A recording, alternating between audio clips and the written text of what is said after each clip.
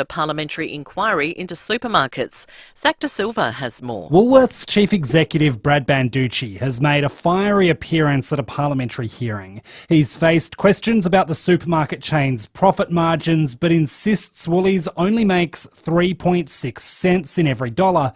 Mr Banducci was even threatened with jail time for refusing to answer questions about a measure of the company's profitability before eventually admitting he didn't know. It will probably be in a document somewhere, but it's not a number I focus on. Coles boss Leah Weckett has also fronted the inquiry. She says grocery price rises are being requested by suppliers, insisting her company's profits haven't grown. At best, they could be described as flat. Ms Weckett has also offered to meet farmers who say they've been mistreated by the major supermarkets. An investigation is underway after a woman died at a health retreat near Ballarat. Christy Sullivan reports from Melbourne. On Saturday, a 53-year-old Ringwood North woman was at the Soul Barn, an alternative health business in Clunes. Paramedics were called after she consumed a drink, went into cardiac arrest and stopped breathing. She died at the scene. 2 other people were taken to hospital for observation. Investigators are probing whether she ingested a mushroom-based drink, but have not ruled out other potentially toxic substances. A report will be prepared for the coroner. And another Australian music festival has been cancelled. This time it's the Caloundra Music Festival in Queensland. The industry has seen a slew of festivals shelved this year, including Splendour in the Grass and Groove in the Moo. Now turning to FIVEAA Sport. It's Sports Card World's 30th birthday sale this Thursday with free activities and giveaways. Regent Arcade, Rundle Mall. Port's Brandon Zerk-Thatcher is expected to be eligible for selection this weekend as he recovers from a shoulder sprain. Travis Boak also hoping to be available for round 6 after dealing with a back complaint. Collingwood Premiership defender Nathan Murphy is looking forward to life after football after being medically retired due to concussion. The Reds have an away game tonight against Western United. Adelaide's own Rhea Ripley has been forced to walk away from her WWE Championship belt due to injury. And Kelly Slater's time as a full-time competitor on the World Surf Tour has come to an end. The 52-year-old has been knocked out in the round of 32 at the Margaret River Pro. Now checking FIVEAA traffic. Copper is critical to the energy transition, and the responsible production of SA copper is happening now at BHP. Afternoon at Hallett Cove. Look out for a crash at Quinvale Road near Perry Bar Road. Got a twisted traffic light at Marston, South Road near Everard Avenue. And urgent sewer work slowing things up today at Morford Vale. Main South Road at Flaxmill Road speeds at 40. Busy right now at Edwardstown, Cross Road near Churchill Avenue for works with a camera at Wheatshift Road at Morford Vale. Now at Harvey Norman, buy a selected 2024 Samsung TV and get 15% back in gift cards when you buy with any Samsung soundbar. Limited time now at Harvey Norman. Adelaide's most accurate traffic on FIVEAA. Now the FIVEAA weather. Get the Toyota Forklift Advantage. Visit toyotamaterialhandling.com.au. Mostly sunny this afternoon, partly cloudy tomorrow 22, Thursday cloudy 20, Friday 22. Right now it's 20 degrees. Now let's check what's happening on 9 News tonight. I'm Kate Collins. Tonight, a terror attack in Sydney. A teenager unleashes a frenzied attack inside a church. We'll tell you when train drivers will be walking off the job again, the plan to better protect South Australians building a house, annual leave shake-up, double the holidays at half pay, and a breakthrough in prostate cancer treatment. 9 News, your news, nightly at 6 on 9 and on 9 Now. Setting the agenda for South Australia. This is FIVEAA, always Adelaide. The FIVEAA Sports Show. Get around the little fun! Stephen Rowe and Tim Jennifer. It's a beauty! 7 after 4. It's a beautiful sunny Tuesday across Adelaide. Hope it's going great for you. Plenty happening in the world of sports. And we, of course, bring in at 4 o'clock the absolute gurus. Tim Jennifer, Stephen Rowe. Good afternoon to you fellas. Oh, God, use that word loosely. Hello, Sam. Yeah, 22 today. Everything's better after a win. And I know that's sad, but it is so true. I've been better around home, better work, a better dad, a better granddad, a better... Well, maybe not. Big show, Doc Larkin on concussion. Ben Keys has re-signed. We said that, got him. Campo after 5. A great local story. The Ballace family. Izzy Ballace, WNBA bound. And our little, let's call him our bundle of joy, our Mr. Effervescence, Ned McHenry after 6. Timmy, big show, isn't it? Yeah, well, it's exciting. It's an exciting Tuesday. Well, it is. Who's going to deliver Ned his world record stat? Ooh, what? Give it to me. What is that? Well, in his last 2 games, Ned's covered 29 kilometres. That's a lot of running. A lot of running for 18 possessions. Okay. So I did a bit of math. He's ran 1 mile for each disposal, or 1,600 metres per touch. The average footy field in length is 160 metres. Let's say it's about that. So 10 times that. So he's going goal to goal line 10 times for each touch. That is the worst role in footy. The one he has to play. It's probably one that a lot of people don't probably see and what they have to do. So McEntee for Port. McEntee for Port does a similar role, and you've got to cover so much territory and put pressure on at the same time. And get the ball. And and tackle and pressure and chase. That's the bit you want to do, yeah. Hey, the second player this year behind Angus Brayshaw to be medically retired. There's another new term in our game. We're going to hear a lot more, aren't we? I think we will, from concussion. It's Collingwood Premiership player Nathan Murphy. He was knocked out in that grand final, a sickening blow. It was his 10th concussion. Here's Nathan. The last few months have been really tough, but I was guided by medical advice that this was the right decision for me, and I'm really grateful that it's probably come to this because they're the professionals and I just have to trust their opinion. Well, doctors are risk averse, aren't they, by nature? Their starting point is of care, certainly of cure. This is the norm. You mentioned it, Timmy. This is our game, and it's only going to head one way, and that's south. There's going to be more of it. Well, he's such a young man, and to be retiring already, he took. Look, he was quite a talented sportsman altogether. He actually played cricket for Australia in underage against Pakistan, so he was actually quite a talent. And then he chose football.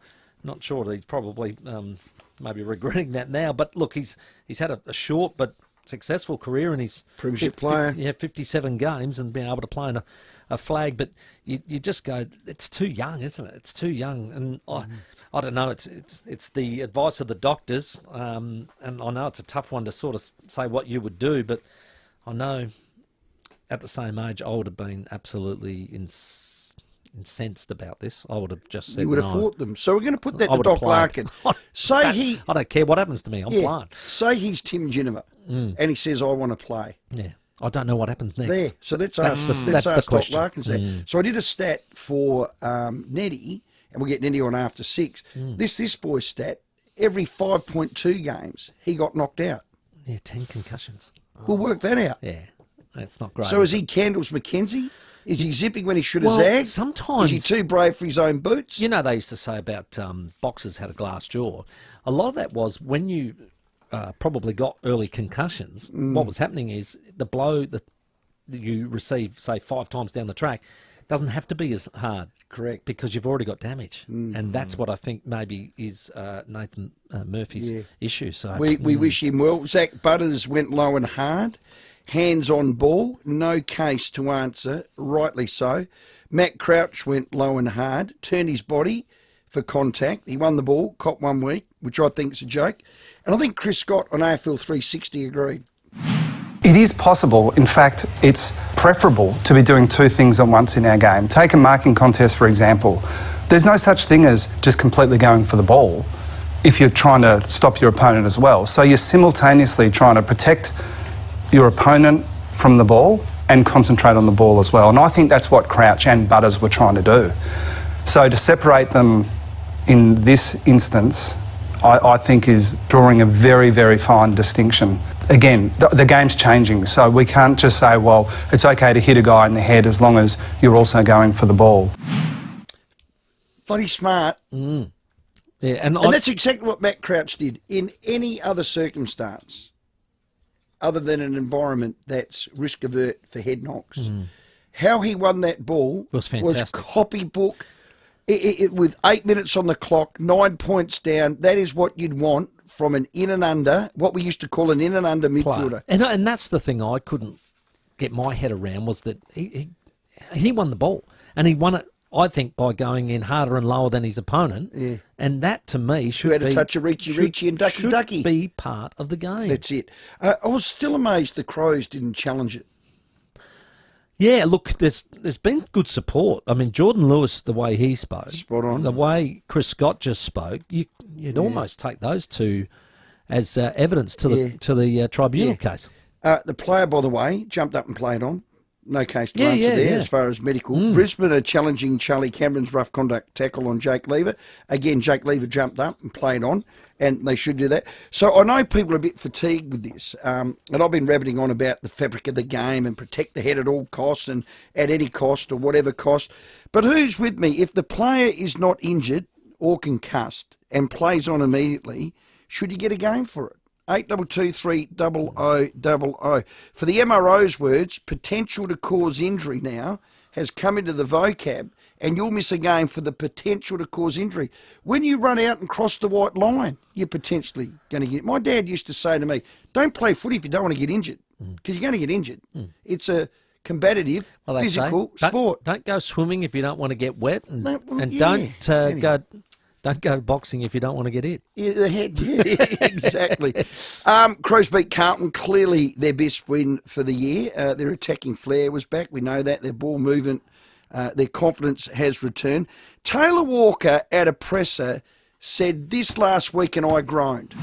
The process which we played with on the weekend was a lot better, so certainly a step forward. So that was on the back of the Melbourne game. Yep. And then Ned said the same thing. I said, I don't want to hear shape, I just want to hear attack and get it. And I groaned about it. Well, they were being proven to be correct. And I'd imagine Neddy will come in and go, nah. 18 inside 50 marks. They kicked 100 points. We know that. Conversion inside 50 was over 50%. And they set the team up to attack. Well, here was Tex today glowing about the win on Triple M Brick. Yeah, very pleasing for a number of reasons. We were able to play the way we wanted to play. We were able to beat a finals contender, and they're very good in the clutch stages of games. So we were able to execute under pressure what we want to do in certain scenarios. So I thought our midfield were outstanding on the weekend, and Rob once again gave them a great look at it, and everyone played their role, which was great. Exactly, spot on. He had 6 marks inside 50, 4 goals. He had a lot of one-on-ones. When he's one-on-one, he can't be, but he looked a different player. What you can't do is rock up against the Bombers Friday and leave all that on the... Well, I hope not. On the well, they're going to do it without week. their best midfielder, Matt Crouch. Butch could be injured. Yeah. Murray's already out. We know Riley Thilthorpe is. I mean, they're starting to scrape the biscuit barrel a tad. It's more so about the way you go about it. And correct, the how. Timmy, together, back to that. Get in back. unison. Yeah. Now, what's news out of Port Adelaide? They've been good news. Good news. Defender Brandon Zerk-Thatcher, we were worried about the contest he had late in the game. He with his shoulder. Put his left arm out and pushed his opponent in his shoulder, and he carried it for the rest of the game. And quite a good effort to actually get it strapped, come back onto the ground. He took a really important mark on the far side as Port were trying to win the game, and they were holding it in. So he did really well to finish the game. But as we heard from Tyson Goldsack last night, he thought he would be okay. Well, he's going to be eligible for selection, and they said it was just a bit of a sprain. So, a bit of a stretch. He'll be right, bit of a stinger, and he'll come up and play this week, which is terrific. Travis Boak will be available for this weekend's Collingwood clash after dealing with that back complaint, which I think is that leftover of that rib he did last year, and I think he just got him knocked right back in at the old... I reckon it's lightning 3 times for him in that spot, so he will be available, which is terrific. And then just Ollie Lord still 3 to 5 weeks away, young Hugh Jackson still 8 away, and Tom McCullum, who I do like as a young defender, a couple of weeks away with his ankle. Yeah, good news there. We'll get back to that because you've got Collingwood at the MCG Saturday 1:45. Just failed against Melbourne, a top 4 team. This is one that, for advancement of you need. Absolutely. Yeah. And the battle last year, I think they tried to go shootout and they got bitten badly when Collingwood were in red hot form. Good. They were absolutely flying and got hold of us. And I think that's a lesson learned. They won't do that again. We've already seen, and there was that little whisper about how teams are shaping up after, say, 5 to 6 games, as we know the opening round's thrown that out. But what they're saying is that Port Adelaide need to improve their defensive numbers, and they have. So they're in the top 6 of that, which does put you in the right spot as far as being good offensively and good defensively. And if you're in that range, you're then one of the options come the busy end of the season. So that's the important thing I think they've worked on, and they've just got to keep working at it. And a test like Collingwood, if you can keep them, say, below 80, I reckon you've done a very good job. Have we got a sound effect like warp, warp, warp, or, danger, danger, danger? Like that. That'll do. Yeah, what's happening? Hot off the press, just landed on my desk. Jordan Butts ruled out hamstring. Okay. Not ideal. At least a week on the sideline, the Crows have said. With the 6-day turnaround makes it a bit hard to get him up, but he has been listed as well to 1 to 3 weeks, so we'll soon see how long he spends on the sideline. So their best key defender, I think, is Murray, still out, ACL. Now he's out. Ball Ace comes in, which is great for him. Matt Crouch is out. Schomburg and Rory are still out. Riley Thilthorpe's out. I reckon the Crows had such a great year because they're 26, best 26, can get it done. Yeah, and I think you'll find Ball Ace will cover off very nicely for you. He's a ripper. Hey, Ben Keys signed a 3-year contract extension. We'll speak to him tonight. He's played every game since round 2, 2020. Been runner-up BNF. He's been superb. Has his detractors. I've been one of them. There's no question about his delivery. But the weekend was probably the ideal Ben Keys game. That's his game, up and down the ground. And really good news to finish off before we go to the callers. Izzy Ball Ace, pick 20 in the WNBA draft. She's off to Atlanta. With the 20th pick in the 2024 WNBA draft, the Atlanta Dream select Isabel Borlase from... A little bit Isabel Borlase. It was a little bit like when Sydney the was president, when the president called Virat Kohli. I almost thought he was going to say Borlase. Yeah, that's what I thought he was going to say. Anyway. But it came out all right. I love the family. Yeah. This is a massive story. Awesome. And, such a young... We'll speak to Izzy. She's 19, isn't she? Such a young sports person. I think there's a big future ahead and a chance of playing Olympics. So, big year. Could be a big year. Massive year. Have your say. Lines available. Get to it. 20 after 4. Big show. Coach's Corner at 5 with Campo. We've got Ben Keys, Ned McHenry, both from the Crows. Izzy Ball Ace, as you said, she'll be a great chat. Doc Larkins to talk all through the medical retirement of Nathan Murphy earlier today. And our best caller tonight wins themselves a $50 Pals voucher. So get on the phone, 8223 0000. Rowey and Timmy G on the 5AA Sports Show. 5AA is inviting you into the studio every afternoon. Head to the 5AA live stream. Thanks to Foodland. With more stores close to home and everyday low prices, great food lives at Foodland. The mighty South Aussies. Feeding the crew? We're seasoned professionals. Grab the cheapest chips feast for just $24.95. 8 pieces of original recipe, 6 nuggets, heaps of chips, plus 2 potato and gravy, baby. Only in South Australia and not forever. Online and pick up only. Live Golf Adelaide is back, and tickets are selling fast. It's golf, but louder. Don't miss this epic weekend, packed with live music, party vibes, and world-class golfers like Rahm, Smith, and Koepka. Live Golf Adelaide, April 26 to 28. Get your tickets now at livegolf.com. Now, before you decide on anything to do with solar, take a moment and do some research. The money you'll save on energy bills is an absolute given. Now, we know that.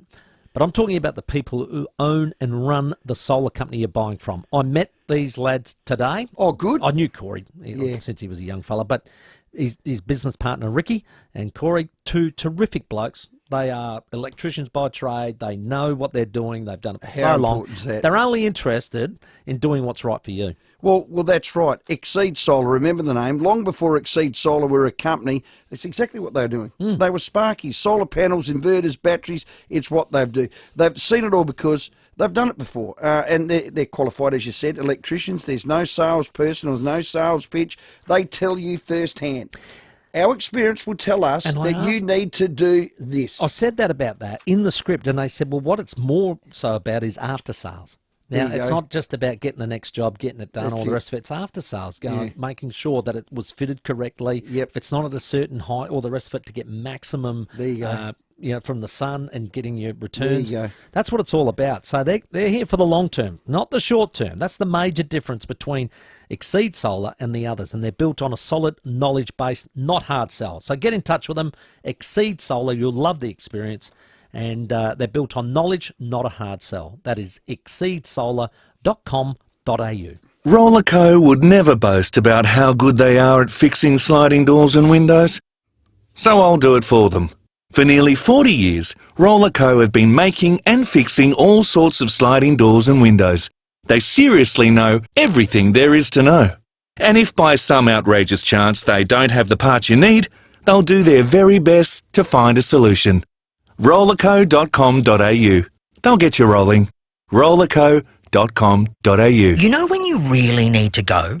You can't hold on any longer. You'll do almost anything. Well, that's what it's like at Edwardstown Mazda right now. They have a ton of demo Mazdas that really need to go. All colours and models, all barely driven and all ready to go at unbelievable drive-away prices. Buying a demo is a great way to get into your dream Mazda, and buying it from Edwardstown Mazda makes it extra special. Demo sale on now. It's gotta be Edwardstown Mazda. Having access to reliable healthcare services gives us all peace of mind. Too many South Australians living hundreds of kilometres from Adelaide have a local hospital that doesn't have enough nurses or midwives. Frightening? Without state government action, we won't have the nurses and midwives needed to keep our regional hospitals running. Support those who care for us at regionalincentives.com.au. Authorised by EDBARS ANMF SA Branch Ridleyton. With more stores close to home and everyday low prices, great food lives at Foodland, the mighty South Aussies. Rowey and Timmy G on the 5AA Sports Show. 24 minutes after 4, we've had another medical retirement in football today. Nathan Murphy from the Collingwood Football Club. Doc Larkins will join us at 4:30 to talk us all through that. Ben Keys, Campo, and we'll speak to Ned McHenry as well a little bit later on. 8223 0000 is the number to call. Let's check your roads out there with more stores close to home and everyday low prices. Great food lives at Foodland, the mighty South Aussies. Afternoon, a couple of breakdowns to look out for today. One at Parkside, Greenhill Road near Unley Road. Another one at Paynham Road near Portrush Road and Everard Park. Look out for broken glass in Anzac Highway near Berkeley Avenue. It's affecting the middle lane at the moment. Twisted traffic lights slowing things up too at Marston South Road near Everard Avenue with a camera today. Cherry Gardens Road at Cherry Gardens. Look for the RAA sign at over 400 independent RAA-approved repairers across SA. You know you can trust them because RAA do. Adelaide's most accurate traffic on 5AA. I love our listeners. I know you do too. $50 Powers voucher. I'd love to give it to a text person here. McHenry ran 29 kilometres for 18 possessions. If Pendlebury had ran 1.6 kilometres for each possession, he would have ran 15,963,200 kilometres for his 9,977 possessions. We've got a mathematician there. So how far is it around the world? So Earth's circumference is 40,000 kilometres. I believe that's right. 40,000. So Pendlebury would have ran around the world 18 times. That's unbelievable. If he had to. No, he doesn't have to. I want to fact check that. Yeah. This is AJ Riley. Plus, I want to fact check that circumference of the Earth, Sam. Can you step it out for us? Nope. See, I would have thought it was... So 40,000 kilometres, if you started at the equator and walked around it, it's 40,000. Yeah. Sort of. I would have thought it would be... More than that? More than that. Yeah, this is I'm just reading here. It is 40,000. I think you might have to have another crack at that. Well, this is just miles or kilometres? General kilometres. It's not Wikipedia, is it? No, I'll keep looking in case there's a well, it is a sport, so sorry, we've moved out into geography. 10-second Google job, that one. But you were running, so that's a so is it right or wrong? Oh, we'll find out. Let's get the truth first. Hey, no need to snap. Hello, Trevor. G'day. Listen, this fella from Collingwood, Nathan, he's been a good player, and why can't they give him a dual team send-off on Saturday? What do you mean? After the game, all players on the ground, and bring Nathan out, run round the track, let everybody get to their feet, then give him a dual team send-off. He's played 50 games, Trev. I understand that, but with concussion, you've got to have support. Trev, he's probably going to walk away from the game with $2 million. He's got to get paid out of his contract. I don't reckon he'd be singing for his supper. Yeah, all right then. Okay. I just thought sportsmen thought of that. That's all. No, well, that's okay. You've got a kind heart. Clearly, I don't. Well, the gesture is, I think, to say, look, it's a shame that I wouldn't. I think Collingwood can do something, and I think they could do it right at the beginning of the game when they run through the banner. Maybe get him to toss a coin, something like that. But as far as cheering them off like they do for somebody who plays 300, I wouldn't go that far. I reckon you keep that for the absolute greats. Yeah. This is a sad reality of what's happening with CTE and concussion. We're going to have Doc Larkins on. We're going to talk more about it. But I'm thinking too, we've already heard a whisper pre-season that they're going to try and shut down match simulation or whatever you want to call it during trainings in pre-season. Oh, okay. Because Nathan Murphy had been cleared by the AFL in December to return, but copped another knock in the pre-season training. This is where I reckon they're going to start to clamp down on that and say, right. So contact hours might be 40 minutes a week or 20 minutes, whatever it is. Yeah, it could be severely reduced to try and avoid this happening. We are heading down the basketball path at a rapid rate of knocks. Or blokes who have had previous knocks might be completely out of match simulation. You got to wear the pink hat. Here there is forever. Actually play the game. You can't hit him. Don't... Hey, stay away from him. He's an untouchable. I mean, I find this a very sad story. At 24 years of age, having to give up the game, and to Brayshaw as well. It's very sad that you can't play on. Fair call. Butts is out. Parnell has just been ruled out for the season. He's going to have shoulder surgery. On the better front for Crows supporters, Harry Schomburg is recovered from his Achilles, will line up in the sample. Well done. And we've done some fact-checking, Rowey. You'll be pleased to hear the Earth's circumference, which is the distance the whole way around the equator, is 40,075 kilometres. So well done. That is did a you lot just of running. tick yourself? Yeah, of course I did. Because you questioned me. Let's get to the 4:30 headlines. Doc Larkins next. The 5AA Sports Show with Rowey and Timmy G. David Penberthy and Will Goodings, 5AA Breakfast. We are joined by the Transport Minister, Tom Keatson-Toners, because the big story today is this rail strike that's causing significant disruption for thousands of people. The government's not a party to this dispute, is it? No, the system is outsourced. It's coming back into public hands in January next year, but between now and then, we're bystanders. Adelaide's leading breakfast show. So it's very, very frustrating. Weekdays from 6 a.m. on 5AA. Always Adelaide.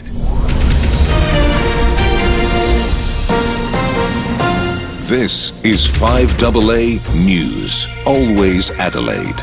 Good afternoon, Mel Usher with the latest news headlines. The US is urging its citizens to take extra care in Australia following 2 stabbing attacks in Sydney. A Vodafone outage has left hundreds of customers unable to make or receive calls. The telco says they're working to resolve the issue. Employers and trade unions are working toward creating a more flexible approach to annual leave. The ACTU wants to extend annual leave if it's given at half pay. And in sport, Port's Brandon Zerk-Thatcher is expected to be eligible for selection this weekend as he recovers from a shoulder sprain. Now checking 5AA traffic. Copper is critical to the energy transition, and the responsible production of SA copper is happening now at BHP. G'day there at Parkside, a breakdown, Greenhill Road near Unley Road. Paynham, another breakdown there too, Paynham Road near Portrush Road, and broken glass at Everard Park to look out for. Anzac Highway near Berkeley Avenue. It's affecting the middle lane at the moment. You find Agent Sewer Works at Morford Vale, Main South Road at Flaxmill Road, speeds at 40, with the camera Black Road at Flagstaff Hill. Start your next adventure with a bonus 3 years Subaru cap price service plan on selected Subaru models. Offer ends April 30 at your local Subaru retailer. T's and C's apply. Adelaide's most accurate traffic on 5AA. The 5AA forecast down to 12, mostly clear tonight, partly cloudy tomorrow, 21. Right now it's 20 degrees. We'll have more news at 5 and as it happens on 5AA.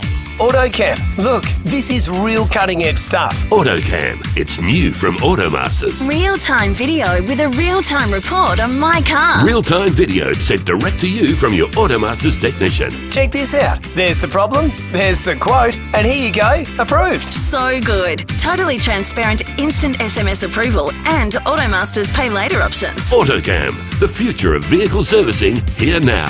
Call 1300 Automasters. Sorrow is the sucker punch that takes the wind out of you. Just when you start to focus again, grief cloaks you in darkness.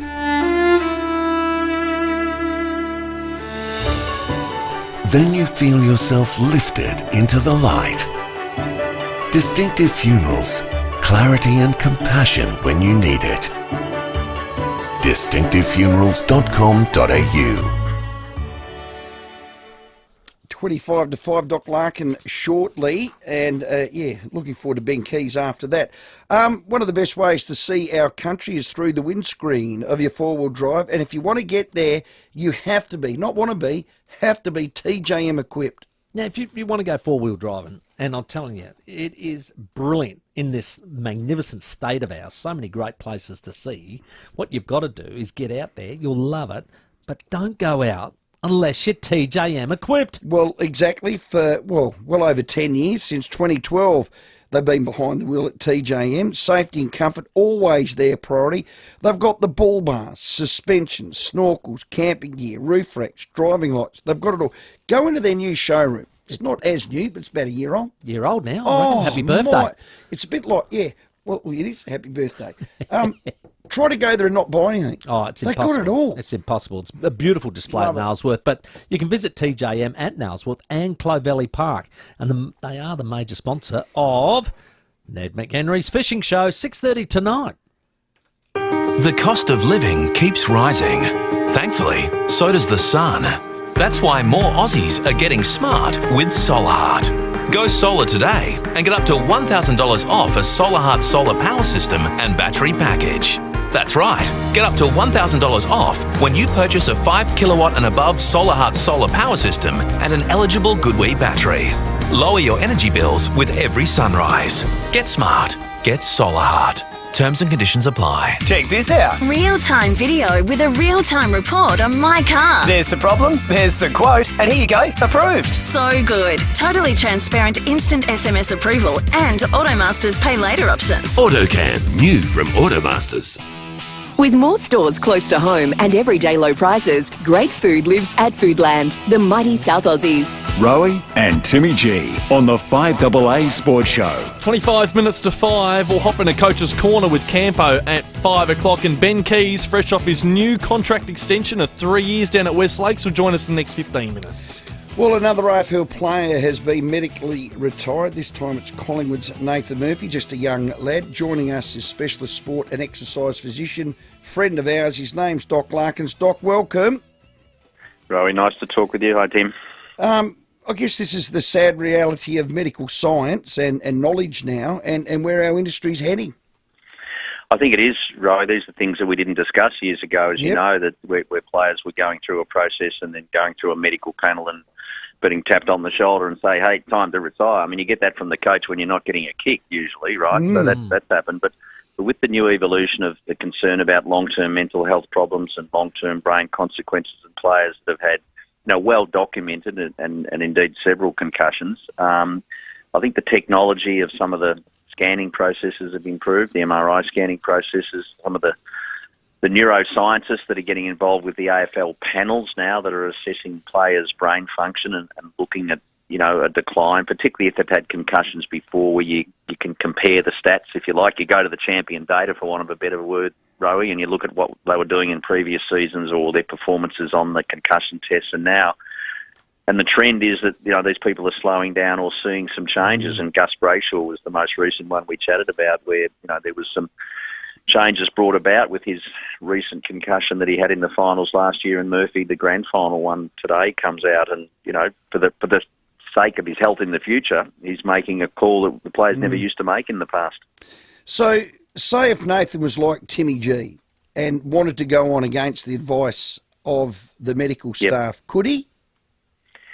Look, I don't know what level of legality we're getting into because I'm not privy to those shared decision-making process. So the shared decision-making process is the player, the family, the medical staff at the club, and then the independent medical advisors that the AFL are having on board, when the AFL doctors bring in the experts to do the brain things. And so if a player said, look, I know I'm getting a high risk, but I'll sign a waiver to say that I won't sue you, because the problem is with the current litigation that's floating around in the league and in other sports, there's a real threat to, whether players are going to come back later on and say, well, you shouldn't have let me play on. And so players make a decision to play. I don't know if they can overrule this, because we go back as far as, I think, the Brisbane player Justin Clark was given that advice. I mean, Brayshaw was sort of given that advice rather. So I think that it's difficult for the player to overrule this, because in a case of litigation in the future. Yeah, it's a tough one. Interesting in the pre-season, Doc, that we had a bit of a call for, and it was the AFL, I think, driving it, looking at the amount of match simulation that was going on at trainings in the pre-season, and they were saying they might have to look at cutting that back. Do you think this adds weight to that? It does, Tim, and I gave a talk to a junior footy league last night at the start of their season, where I was speaking to, and this is a junior league in Victoria over here that's got over 400 clubs playing in it, and they're concerned about how they look after kids and whether the training, is causing some problems, because there was discussion about limiting tackling at training and limiting the number of contacts at training. And so we were discussing exactly that, because we're talking about whether like an accumulation of head shakes or head knocks, it doesn't have to be accumulation of concussions, might lead to more long-term likelihood that you'll have problems later on. So, and the problem that the coaches have and the parents is you're dropping away your skill set in preparation for a game, because you're not actually practicing what you're going to happen into a game, and suddenly you get into a game and you're getting taken out by a legitimate tackle or a legitimate bump or whatever. So I think the problem of limiting exposure, like they do in soccer in the UK, team, where the young players aren't allowed to head the ball at training because it stops the ball. But, that's a basic skill as a soccer player. It's like me telling you, you're not allowed to kick the ball at training because you might get a sore foot. So how are you going to develop your kicking skills? How are you going to develop your tackling skills, or your hardening up, so to speak? So whilst they're looking at that, I just see it's going to really change preparation, and I just don't see players and coaches liking it. But it's part of the discussion, absolutely. I heard you mention the waiver, and we get a lot of callers just say, well, just sign a waiver and then you can play, and and then you can't sue the AFL and the like, and they won't be worried about this. We have a regular spot in the morning shows, and it's Tim Downey, and he's from Johnson with his lawyers, and I heard him actually talk about the waiver. Just have a listen.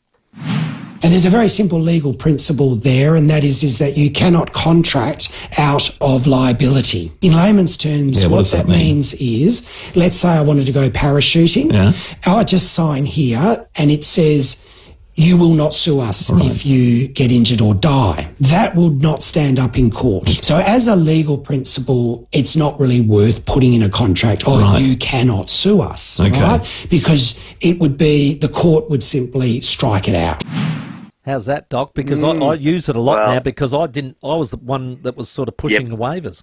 Yeah. Well, I was about to give you that answer and sound like a lawyer, which I didn't want to do, because clearly I'm not. But exactly what my lawyer friends have said is, they say, Pete, it will not stand up in the future. The player will say, I was forced to sign the waiver. I didn't understand the waiver. It won't. I'm told it won't be worth whatever paper it's written on, or whatever email, computer. So there's the answer, because we're saying, let's let them sign a waiver that we won't sue you if you need a knee replacement. You won't sue you if you need a hip replacement. Because how many guys did you play against, Rowey, who are now heading for that? I ran into a player the other day limping down the street at 38, and he played with the team over here, and he's had a hip replacement already. He's not suing the AFL. So you can't. These waivers that were predicted, the lawyer was 100% right. He sounded like a real lawyer, didn't he?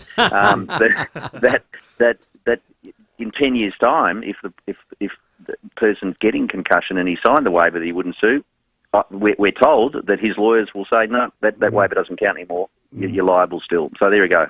Cannot contract out of liability.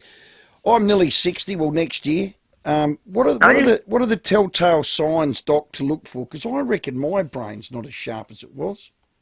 I feel like I'm a bowling ball at the moment. Because there's a difference between ageing, isn't there, Doc, and having a CTE issue? Oh, absolutely. So we know that the number 2 disability in the community is dementia and Alzheimer's disease. So if you look across all age groups between 60 and 100 years of age, and you say heart disease is number 1, is a morbidity or a killer in the Australian population, the number 2 disability is dementia and Alzheimer's disease, mixing with some Parkinson's. Now, these are not footballers. We're talking about the community. So it is a degeneration of and a failing and a slowing down of the brain system as a result of ageing, smoking, pollution, perhaps lifestyle, poor nutrition. And so clearly some people get it at younger ages than others, and we don't know that. There might be a genetic predisposition. But we know that keeping active, we know that eating well and remaining, doing exercise and challenging the brain. The same way you train your muscles in the gym, you've got to train the brain. It might be crossword puzzles, it might be reading, it might be Sudoku. So all the scientists would say that if you want to slow down the ageing, that the natural dementia or natural Alzheimer's issue, you've got to keep the brain active and alert. Okay. And this is where having not being socially isolated, having conversation becomes important as they get older. So, I mean, you recognise it because everyone knows they forget things and you get a bit slow. So that's natural, but we think we've got an ability to slow down dementia and Alzheimer's by maintaining healthy exercise and healthy eating. Great advice. Before we go, the Healthy 100, how's that book going in all good bookstores? Yeah, we're in round 4 of the season, so to speak, 4 weeks in.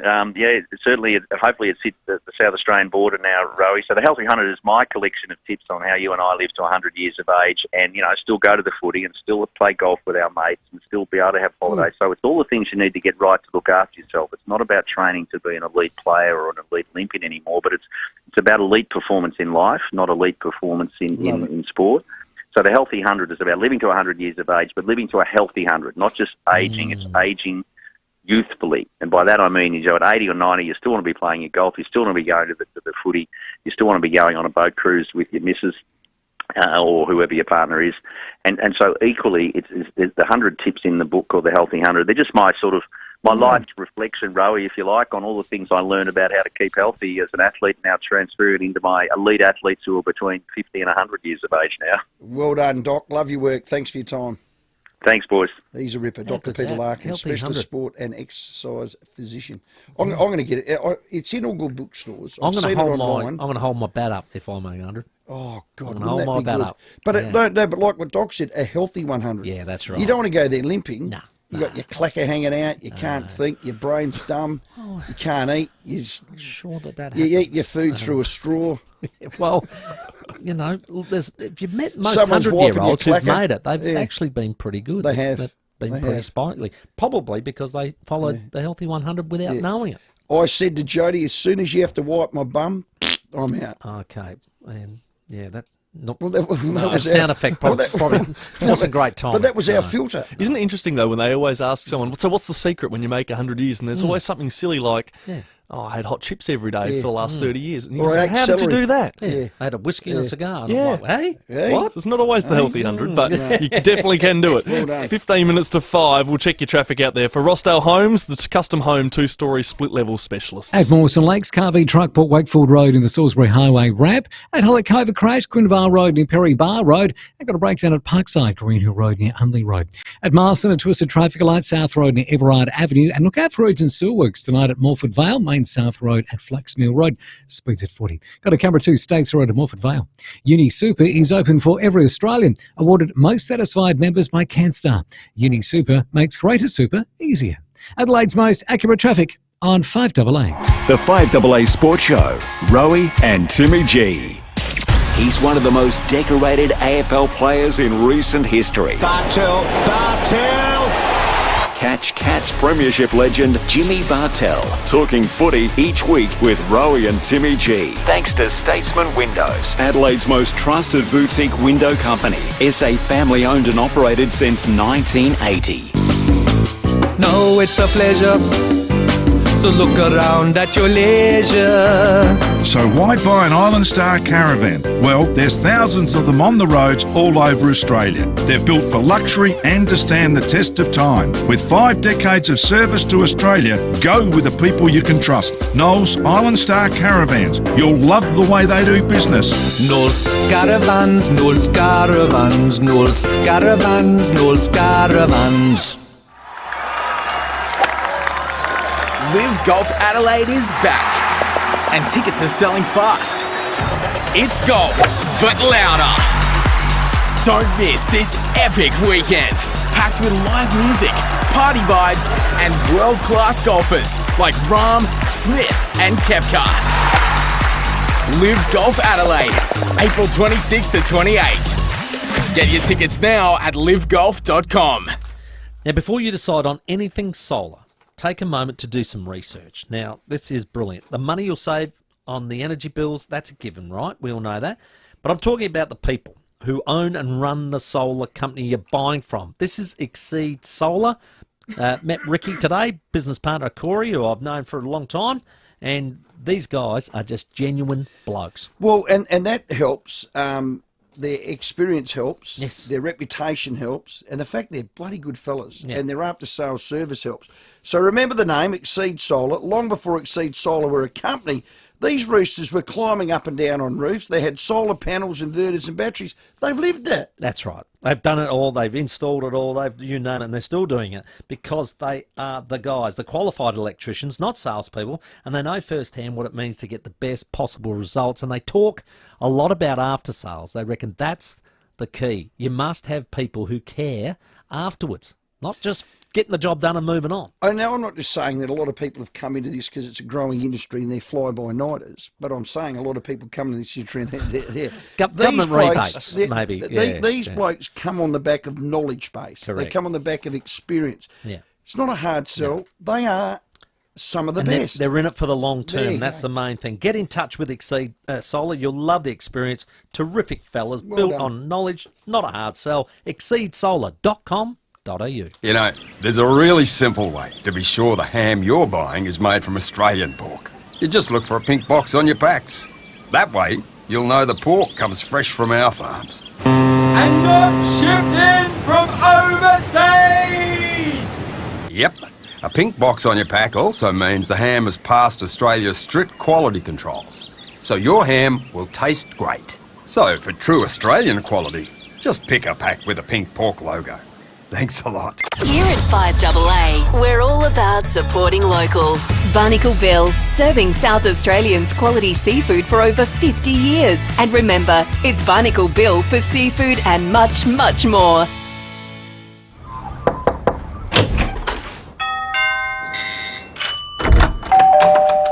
Come on in. We open our doors to people we trust and care about. And for over 85 years, South Australians have been opening their doors to Rest Haven. In turn, we've been opening doors to an easier, better life at home. From personal care to help with the shopping and social outings, you'll welcome the care that Rest Haven brings.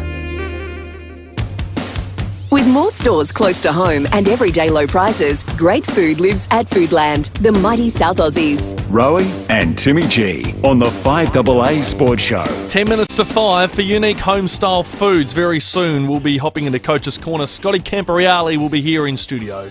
Well, the Crows had their best game for the year. They beat Carlton by 2 points. Our next guest, well, it was his 2 best game for the year, kicking 3, back to his absolute best. He joins us now, Ben Keys. He signed on till 2027. Ben, congratulations. Thank you, Rowey. Thanks for having me back on. No, well, did we just speak to you last week? Yeah, he's a regular now. Oh, we need to give you a Pals voucher or something, I reckon. Hey, Keysy, did you sign before or after your 3-goal game versus Carlton? I signed before, actually, so I probably should have held off just one more week. Yeah. There's something about you and Carlton. I reckon last year you had a ripper against them as well. I'm not sure. I don't think so. I think I was just a product of the system, really, sort of coming together on the weekend. So, yeah, I mean, I'm a product of what happens down the field, so I was happy to just play my role. Well, it is a new role, and it was tough the first 3 weeks, certainly better now. There was a stat that was read out, I think Nixie might have. You've played every game since round 2 in 2022, have you? Yeah, round 2 in 2020, yeah. Wow, 2020. What? I've written down here 2020. Why would have I said 2022? Because there was too many twos in it. But well done to Keys. He jumped all over that one. But that's durability and reliability. I want to ask you this. What's the difference? I think you were 30 games in 4 seasons at the Lions. You've come here and haven't missed a beat. Yeah, I was just very raw, I guess. Some players take a bit longer to develop than others. And yeah, I probably just, wasn't used to AFL life yet, and just took a bit longer than some others. So it's obviously worked out so far for me. So I'm very happy with how my journey's gone, and hopefully many more of those games to come. And Ben, when people, when you ask questions about yourself, they always say, look, he's amazingly professional, works so hard and sets a great example. What drives you? I'm not sure. It's a good question. I think I've always sort of had that since I was younger. I think growing up in Queensland and, in Brisbane where the AFL is not really strong, I knew that just to make it, I would have to work hard and have that as my point of difference and be super professional. So I probably started from a young age knowing that I was probably up against it just from, the state I grew up in because the footy wasn't as strong and, you're not kicking balls at lunchtime or anything like that. No one's got the footy out. So, I probably tried to develop that at a young age.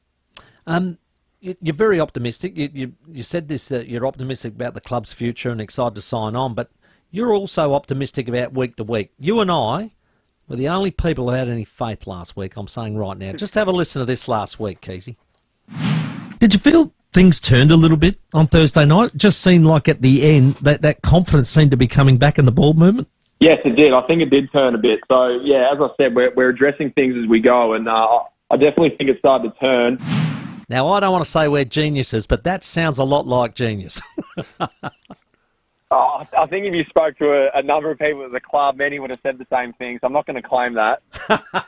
Well, I am, let me tell you. I felt it in my waters. I made a great game, but, gee, I thought you were very sneaky up forward. They don't know where you are, and you just appear. Work rate. Snap a goal. You ran in between two Carlton defenders, took a mark, and I'm like, don't these blokes know where he is? Very sneaky, mate. Keep it up. Oh, thank you. I try and do what the coach is saying. Just try and bring that work ethic and that hard running. So as I said, I was very lucky to get on the end of a few. I'm a product of what happens down the field, and sometimes it's your day, sometimes it's not in that position. But just happy to play it. Well, Keeney took that mark, Leo Barry style. Is that his new nickname? Is it? Yeah, someone said to him after the game, he said, "You did a Leo Barry," and he looked at him, had no idea who that was. So we had to educate him a little bit. Yeah, and it was lovely for Sam Berry to come off the bench, impact, and kick that winning goal. Yeah, he was amazing. Yeah, he was absolutely elite. He's had a really good pre-season. He's been going well for a while. So you can see the guys that had the big pre-season. Some of those younger boys are clearly bringing some of their best footy. So. It's great to work with guys like him. He's really professional as well, and he's always wanting to get better. So I'm really happy he got that reward as a sub.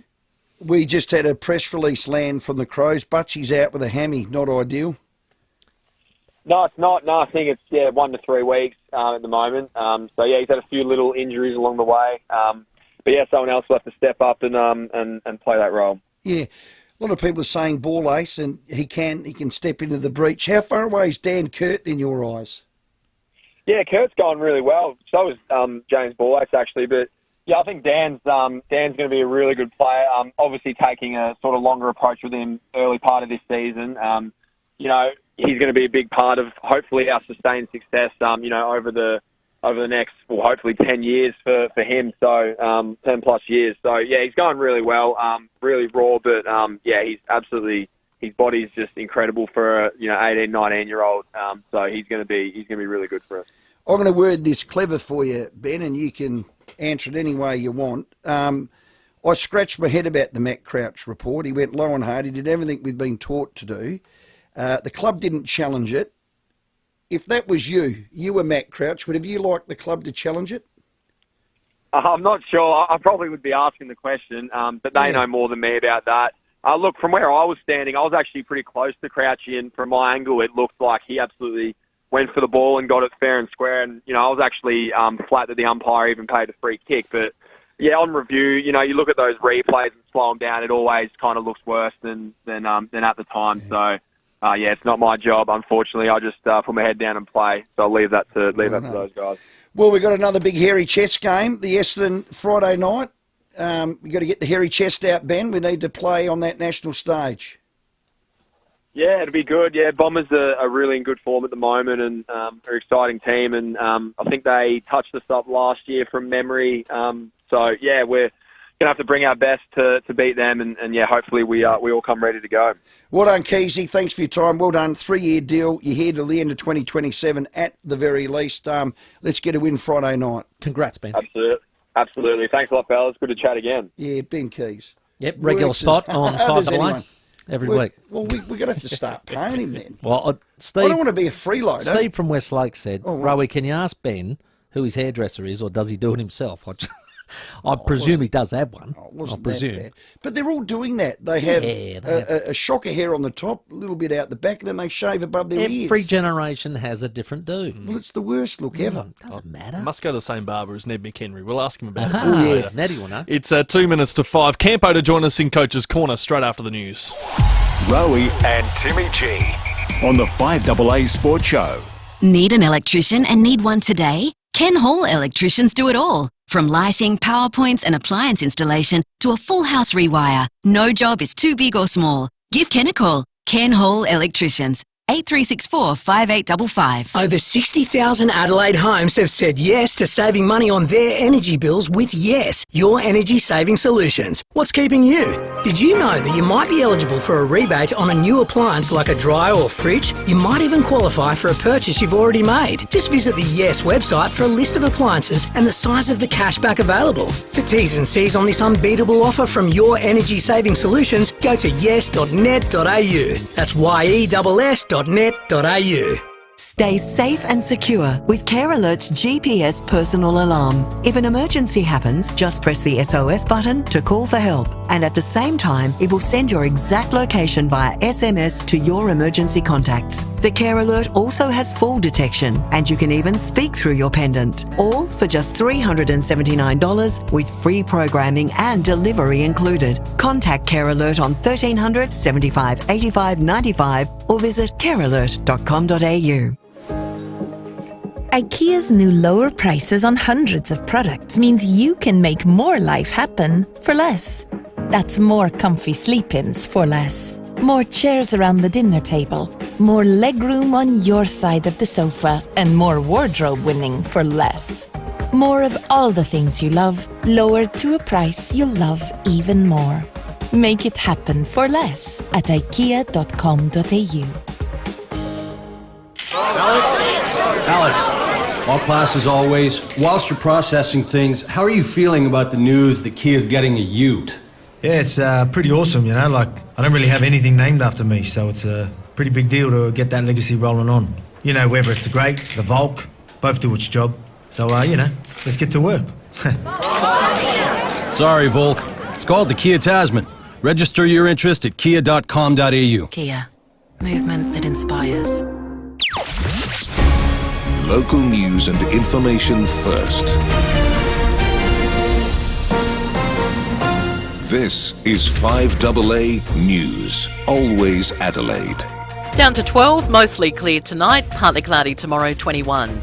With the 5 o'clock news, I'm Mel Usher. $19 schnitty Monday to Wednesday at the Birkenhead Tavern, Excelsior and Lighthouse Wharf. You just know it's a Barreau hotel. The young driver accused of killing Charlie Stevens in a hit run during schoolies has been back in court. Two of Police Commissioner Grant Stevens' other children were also in court today to hear prosecutors finalise charges against 18-year-old Dhiren Randhawa. They will pursue causing death by dangerous driving, along with aggravated driving without due care, leaving the scene of a crash and failing to truly answer questions. Negotiations with Defence Counsel have begun and Randhawa will answer the charges in June. The US has warned its citizens to be vigilant following two stabbing attacks in Sydney. More from Michael Packey. Authorities have declared a stabbing at a Sydney church a religiously motivated terrorist attack after a 16-year-old boy lunged at a bishop and priest. ASIO boss Mike Burgess won't say if he believes the teenager had been radicalised online ahead of the incident. Those details are best kept in close hold until we actually work through the facts of the matter. The church stabbing and Saturday's deadly Bondi Junction attack has prompted the US Embassy to issue a warning to American travellers, urging them to take extra care. Prime Minister Anthony Albanese admits people are on edge. I have every faith in the New South Wales Police, in the Australian Federal Police and our security agencies. Extensive investigations are underway into both incidents. There's another train strike tomorrow. This morning there were no services during peak hour. Tomorrow it's during the afternoon peak, with services impacted from 3 to 7 p.m.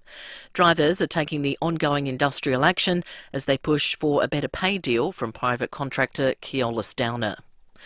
The head of Woolworths, Brad Banducci, came under fire at a parliamentary hearing today. He's been threatened with jail time for refusing to answer a question into supermarket profits. Queensland fruit and vegetable growers Rachel Chambers says the hardline approach during questioning has given her hope. Really drawing a line in the sand saying actually that's not what we've heard from either the Australian public or from the Australian growers, and that's not what we're experiencing. I think if it hadn't gone down like it is going down, I would be less optimistic. I am so pleased that we're actually starting to speak out about it. Mercedes-Benz has issued an urgent recall for more than 20,000 cars across Australia. It's related to a steering issue. Selected vehicles manufactured between 2018 and 2024 are affected.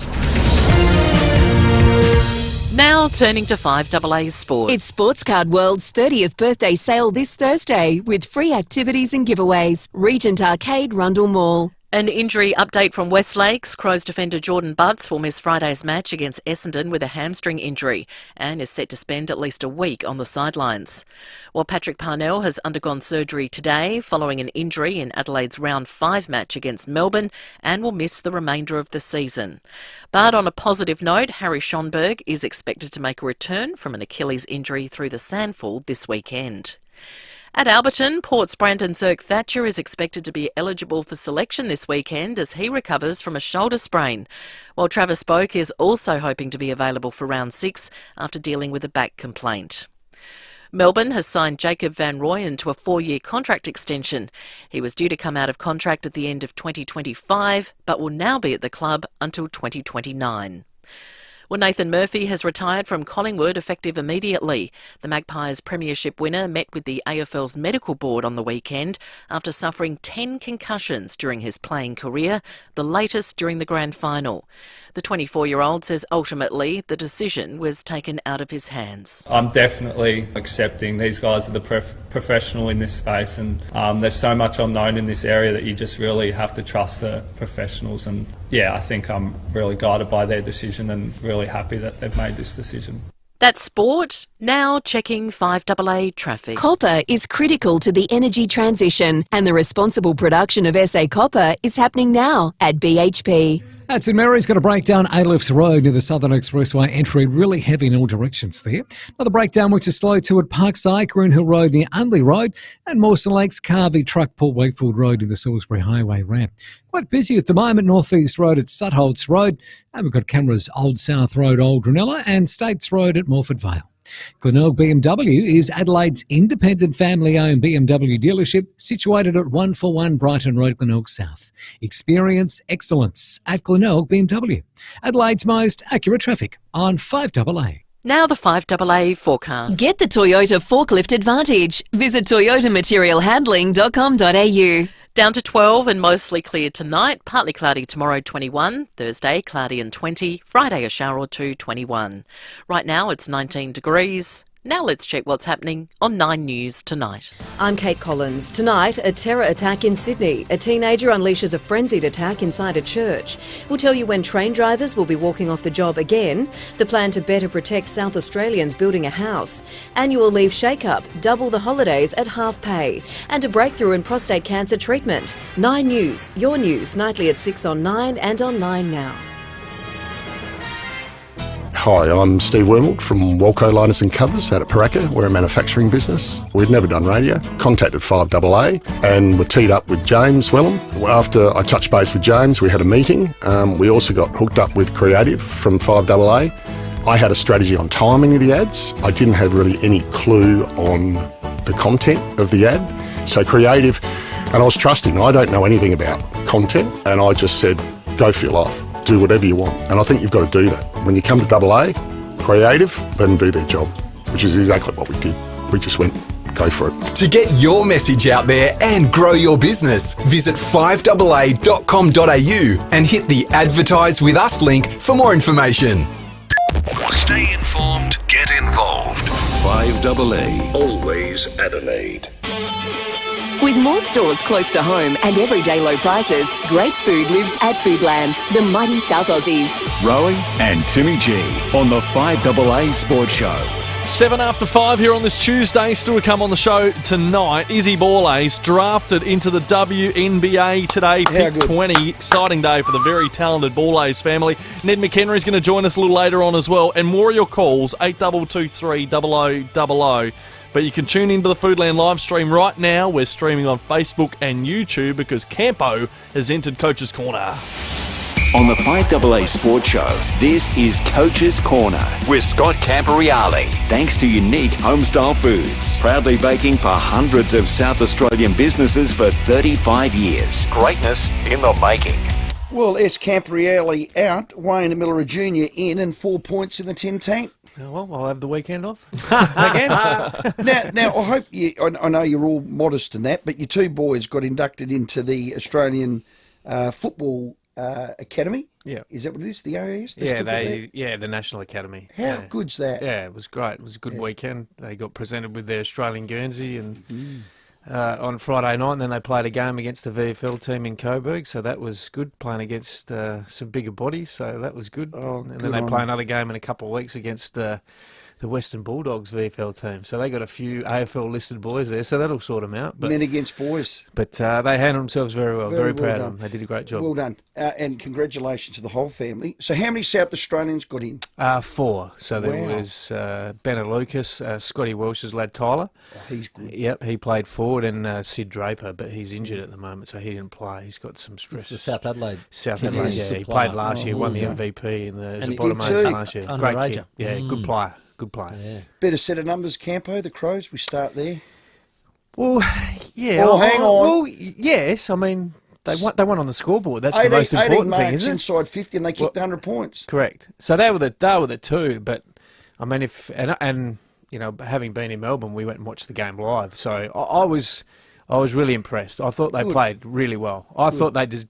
It was a tight game. It was not, it was a goal either way, you know, for most of the time. I think the biggest margin was 11. Yeah. So it was, but you could definitely see live, and sometimes, you know, on the broadcast you don't necessarily see it, but you could definitely see the way that Adelaide wanted to shift the ball and lower their eyes. And I've got a couple of numbers which will back that up. But ultimately, you know, we went into last week and we spoke about they've only won 6 out of 16 quarters up until they won 3 out of 4 on the weekend. So, you know, you talk about just the little things, you know, the 1 or 2 percenters that makes a difference. That does the 18 marks you said, and they kicked 12-3 from set shots. I mean, that their efficiency won them the game. That's pretty much. So we can sit here and go, yep, that was a great, but there's still some things that need to be ironed out, but that was a confidence win, and sometimes a bit like what Ken said about Port, sometimes you just got to win, you know. But, you know, they had 7 goal kickers, which is back to their sort of level, which last year we spoke about, you know, they had between 8 and 10 each week. You know, they spread the load, whereas up until last week it was only 5, you know, which is not many. But they still lost contested possession, inside 50s, clearances, time of possession as marks and tackles, and they had 28 scoring shots to 22. Yeah. So some of the win, I guess, addresses some of it, but there's still some things that are still work in progress. So the positive is they beat Carlton on turnover, which is the number 1 stat in terms of scoring. They kicked 55 points, Carlton 44. So they defended Carlton well with their turnover game and scored, which was great, is what we wanted to see. But they still got beaten up around stoppage in terms of score. So Carlton had 54 points, who was 17th in the comp. Wow. And Adelaide 38 points. So they didn't quite get it done in that phase, but in the other phase. But for me, these are probably the ones, Rowey and Timmy, that are really important. So they kicked 10 goals, 1 from 0 to 30. So if you remember a couple of weeks ago about how we were going to get shallow entries. So from 0 to 30, they kicked 10 goals, right? Now, in rounds 1 to 4, they only kicked 15 in total. Goodness me! So that's a big turnaround in terms of what they wanted, and you could see it like speed of ball movement. Well, I think it was. Well, it was their ability to lower their eyes and hit some short kicks was the one, and that's why they were able to get 18 marks inside 50, because that was unbelievable. And then we spoke about, if you remember, Adelaide. They weren't going through the corridor; they were getting forced wide and slow. So this week they kicked 13-3 through the corridor. Wow. That's a big difference. And the weeks, rounds 1 to 4, they kicked 19-17, so they almost topped the whole 4 rounds in one round through there. So, and then obviously once you go through the corridor and you get it 0 to 30, your score accuracy jumps from 52% to 80%. So a 30% increase makes a big difference. So, and they kick 100 points. Told you we're back. Well, I'm not sure you're back, but... We're back! Okay. I did not push that button. Careful. Careful. And the other one, the last one, is they had 20 more short kicks per in the game versus what they've done in previous weeks. So their ability to... And you could see it live, and we were sort of in a pocket just on the 50, and you could see them... Rochelle, Rankin, Walker, Matt Crouch, Nankervis, those ones they were really trying to, and you could see the forwards knew, and they let up at the ball and they got rewarded. Whereas before they probably got caught in banging it long. The stat that I really caught my eye was centre bounce attendances. Number 1 for the Crows was Saligo 22. Number 2 was Rankin 20. That gave them the different dynamic that they probably needed. Yeah, well, when I was there, and it was always the conversation, I guess, to get them in there, but it was how they used them. So yes, they were in there, but then you saw Rankin drift forward, and late in the game, I mean, I was sitting there with my boys, and it was funny because David King, I think, showed the vision when Rankin just crept forward at that forward 50 stoppage, and I was sitting next to Lucas, and I said, Rankin's the most dangerous bloke on the ground here. And I said, he's going to creep forward here. And Hewitt just went chasing the nurry. And Lucas turned around and he goes, how did you know? But he just drifted forward. And it happened a couple of times because I think the other forward 50, Paddy Cripps, just drifted and just gave him 4 or 5 metres. And that was the one that I think Cook just lowered his eyes and hit him just in front of the goal. So Carlton probably... That would be their review, probably the last 3 or 4 minutes, to be honest. Attention well, the detail around inside that part of the ground. But no, it was an improved performance and the one that I'll get a lot of confidence out. And it is sustainable because that is how they played for the majority of last year. So they need to back it up, and that's the important thing because they got Essendon Friday night under the lights here. Yeah. Well, and if you have a look at Essendon, they were whacked the week before by your mob, Timmy. And that's probably, and I've had a look at the Bulldogs game as well. Yeah. That if you have a look at what Port did, that's what Adelaide need to do because if you look at Essendon, that they want to kick mark, they wanted to get through, and then Port shut that down after quarter time. They just reduced and they went virtually 1-on-1, which is I think Adelaide's pretty good at that. And Port smacked them up around the ball, around the stoppages, and got on top of that. But the Bulldogs, they allowed Essendon 110 marks, 108 marks. So that just allows Essendon to control the ball. And the Bulldogs wanted to go quick, but they couldn't defend behind it. So I think Adelaide are in a good position against the Bombers. Yeah. I just noticed you've got Port Adelaide's opposition down there. Collingwood this week at the G. Yeah, it's an interesting one, your mob. Oh, Tim, yeah. What did you think your mob were on the Well, weekend? I gave all kudos to the Dockers. I thought they scouted and set up around Port Adelaide and just they watched. Obviously, they're not going to let you walk out of front of stoppage anymore. We dominated hit-outs but didn't win any clearances. So I reckon they were very well drilled, and I reckon their game plan basically went to plan. Port found a way, unbelievably, to win it. My only question to you, Tim, with Port, and I've had a bit of a look because I don't want to just be Crows biased. I want, because I'm here to do both, Tim, and Port have been. It is the coach's corner. But I had a look at Port, and they've been really good. I mean, you can't fault what they're doing, and I think we're going to talk about where they sit in terms of that. Yes. Window, which is. A bit airy-fairy at this stage of the year. But it gives you somewhat an indication of where you sit on that. We'll get to that. But you sit there and you go, well, Port, in terms of their scoring profile, they're number 2 score from turnover, so that's good. So their transition game's in good shape, both offence and defence, and they're scoring from stoppage. So in terms of your scoring, and hence why you're up the top 2 or 3 for scoring, I just feel like, I saw it against Melbourne a little bit, and I saw it against Freo. Just the contested stuff, can 13th for contested possession.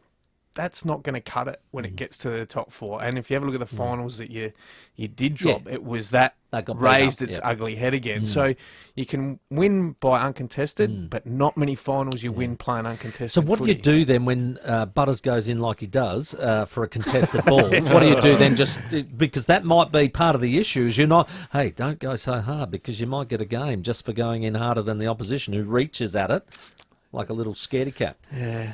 I don't. Yeah. You know what I mean? Like that upsets me because you're right. Yeah. We got beat up by GWS last year in that final and Brisbane, and you go, well, you want to improve that. So you see an example of it, and you go, well, it's lucky not to get a game. Yeah. No, it is. I think that's that one's a bit of an anomaly, but I don't think that the players are thinking necessarily about that because contested ball is free kicks, it's it's ground balls, it's loose balls, it's tackles, it's all those things as a combined number. But I love the way the Port Adelaide are playing at the moment.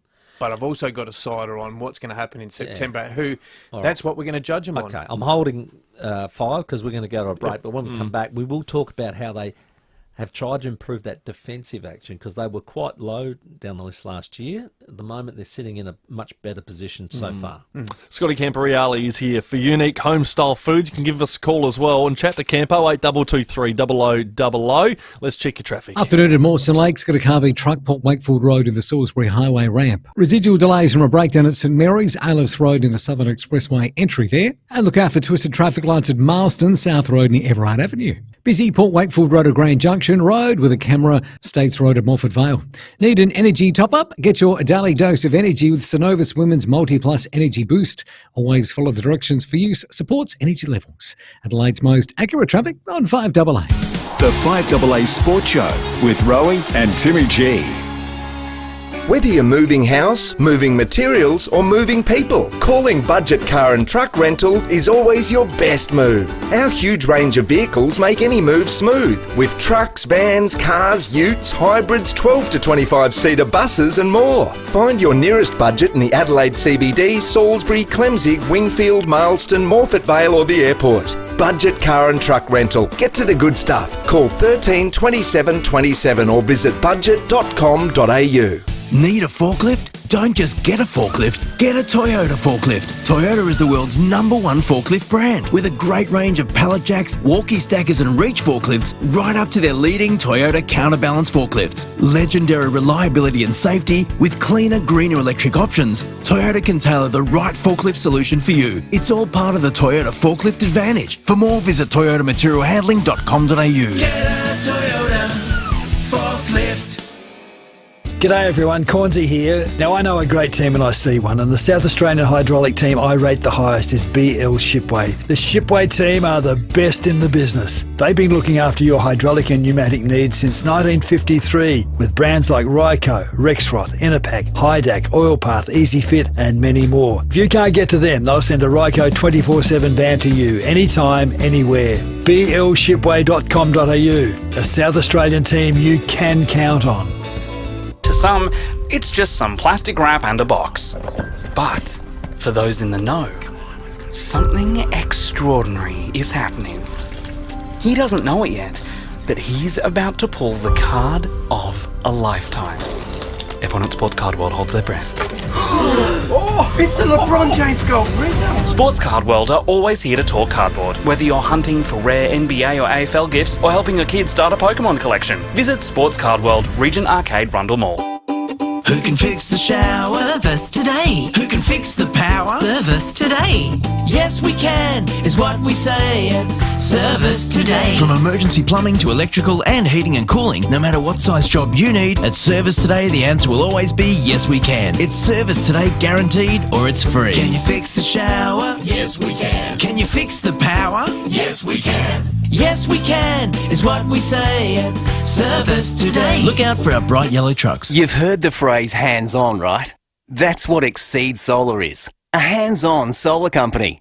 The owners are fully qualified electricians and they've been installing solar panels, inverters and batteries all over SA for years. They know it all because they've seen it all firsthand, which makes them more qualified than most to know what's really going to work for you. Exceed Solar, built on knowledge, not a hard sell. Visit exceedsolar.com.au. With more stores close to home and everyday low prices, great food lives at Foodland, the mighty South Aussies. Rowey and Timmy G on the 5AA Sports Show. Welcome back at 22 minutes after 5. Very soon, Izzy Ball has to join us. Ned McHenry's not far away, but right now for Unique Homestyle Foods, Scotty Camporeale's here. Yeah, well, let's get him to dissect this. Just two sides. Port Adelaide and Geelong is sitting in what they call the sweet spot of the premiership window profile. It's only 5 rounds, so it's not a massive sample size, but it is a sighter. This stat is normally ranked at the end of the year. Yeah, it just means you've started well. Exactly right. 16 of the last 18 premiers have been in this flag window. So it's ranked top 6 in AFL for offence and defence, while every premier in the last 18 years has sat top 6 for defence. So as it sits, Port Adelaide for attack after 5 rounds is third, and for defence they're also third. We'll get to the Crows, but they're 17th for attack, we know that, and 10th for defence. How do you read, or what do you read into that, Campo? Well, you read a little bit into it. I mean, clearly those numbers for Port Adelaide means you've got 2 phases of your game in good shape. So which you need to have. The game is in 3 phases. So as a coach, we talk about contest, we talk about offence, we talk about defence. That's essentially how the triangle goes. So, and depending on which phase you're in is, you know, where you sit in terms of positioning, or how you move the ball, or how do we get back into a contest. So for Port Adelaide, I mean, both those offence and defence are good, but my query is still around the contest for me at this point in time. I'm not sure. And it's not that they're not good at it against the top teams. Yeah, so I'll hold fire on and where they sit with that. I think they've got the capabilities to, with, you know, the guys they've got through there. Soldo might help a bit. Absolutely. Well, he has helped. You know, there's no doubt about that. What he's been able to do from, you know, from his ruck work to allow those guys, particularly at centre bounce, they're the best centre bounce team in the competition. So that's a great win for him, and that gives those guys confidence to move. But it's also contested marks, it's tackles, it's, you know, ground ball scramble, it's loose ball scramble. Those things are really important. When it's a final, those things are critical, critical. So you can be the number 1, you know, ball movement team or whatever, but when it comes to finals, when things tighten up and everyone takes away the corridor and it becomes an arm wrestle, and you guys have played in finals yourselves, that stuff comes to the forefront. Camp, I want to talk about Matt Crouch quickly. Yeah. You coached him as a midfielder. You used to cut up the tape to present to the MRO for defence of all that sort of stuff. Are you surprised, number 1, he got a week for what he did, and then number 2, the club didn't challenge? What would he have done? I would have challenged it. I'll take you back. When Don Pike came, we used to do little workshops, you know, with players around fundamentals of the game. And if you remember, Brodie Smith had 2 concussions. Tom Lynch, yes, he did, had his bad neck, almost broke his neck. Rory Laird, you know, these guys are great players. I had to do, Pikey said, we need to teach these guys how to ground ball. So I had to put a workshop together around, and a presentation, and work with these guys around ground balls. And you'd be surprised how many of these kids haven't been taught. So these are AFL players. Now, we learnt it in our generation because you got your head knocked off if you didn't, and you needed to protect yourself. The game shifted so far in terms of it's now the duty of care, not necessarily for the guy who's there, it's the guy who's actually coming in. So I remember clearly going through, and you remember this, Rowey, because you remember when Richard Douglas got 2 weeks against Zach Merritt? Yes. I was losing my marbles, and so was Dougie, because he got 2 weeks for that. He executed what we trained, and he was livid. And Eyes on the ball, low and hard, turn your past body. the ball, exactly. All those mechanisms, whatever. And because Zach Merritt went in a bit like probably what Jack Carroll did, to be fair, because it was fun. Not as hard. He got knocked out 2 weeks. And I said to Phil Hull, I go, mate, we got a chance. Like, this is ridiculous. It's technique. But he got 2 weeks, so he had to do it. But so I understand what we're trying to do as an industry, but there still comes a point where, like, technique, and if you have a look, even the Goldstein Liberatore one, like, that was, I don't know if you saw that one as well. I mean, that was Libba's technique was perfect. Goldstein gets a free kick because he leads with his head. So these guys are getting games now based off Bad the guys technique. who've got good technique are getting games, but the guys with poor technique, that is dangerous. So you're sitting there going. So to answer to your question, I would have challenged it.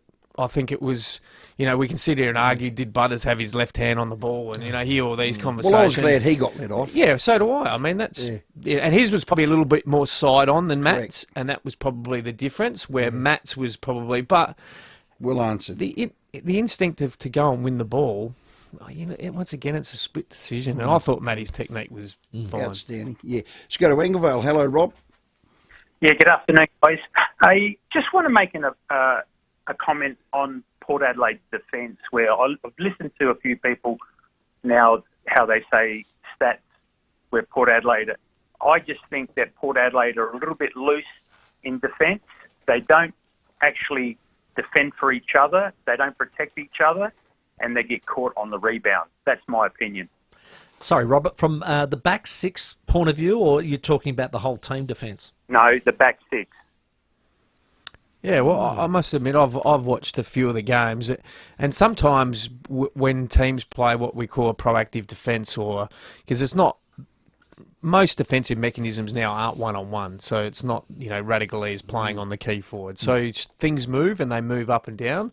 So it depends. Sometimes it looks that way based on how the opposition shift the ball, and that's why it's dangerous sometimes when you're playing against.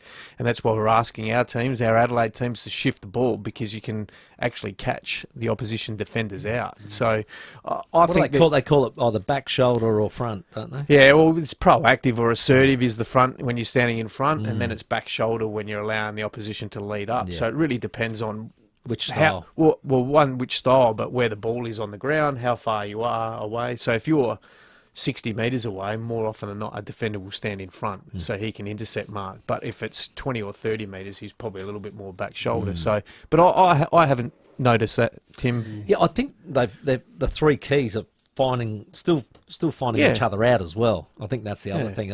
At times you can see, I see, a couple of them looking at each other. Is it mine or you? Or, so part of that will be and Farrell's getting familiar with one another. Farrell's new. You got Lockie, who's he's been forward now. He's back again. So you've got some guys that are finding their feet.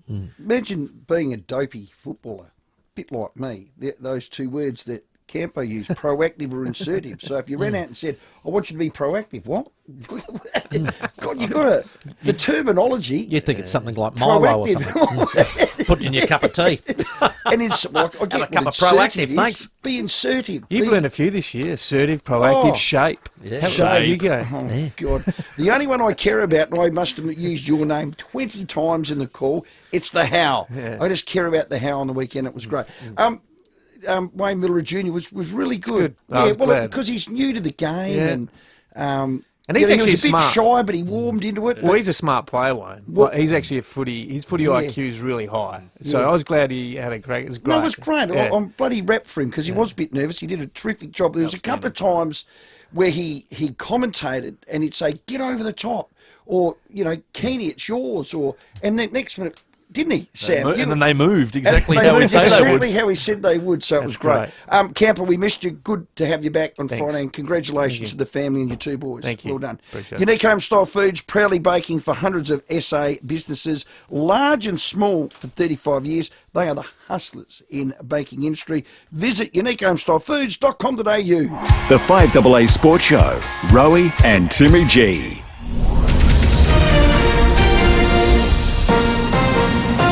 This is 5AA News, always Adelaide. Good evening, Mel Usher with the latest news headlines. The US has warned its citizens to be vigilant following 2 stabbing attacks in Sydney. Former Australian Test cricketer Michael Slater was refused bail today in a Sunshine Coast court. He's facing multiple charges, including common assault and unlawful stalking. The boss of Coles insists there's strong competition in the supermarket sector, with other operators like Costco increasing pressure on the grocery giant. And in sport, Crow Patrick Parnell has been benched for the remainder of the season due to injury.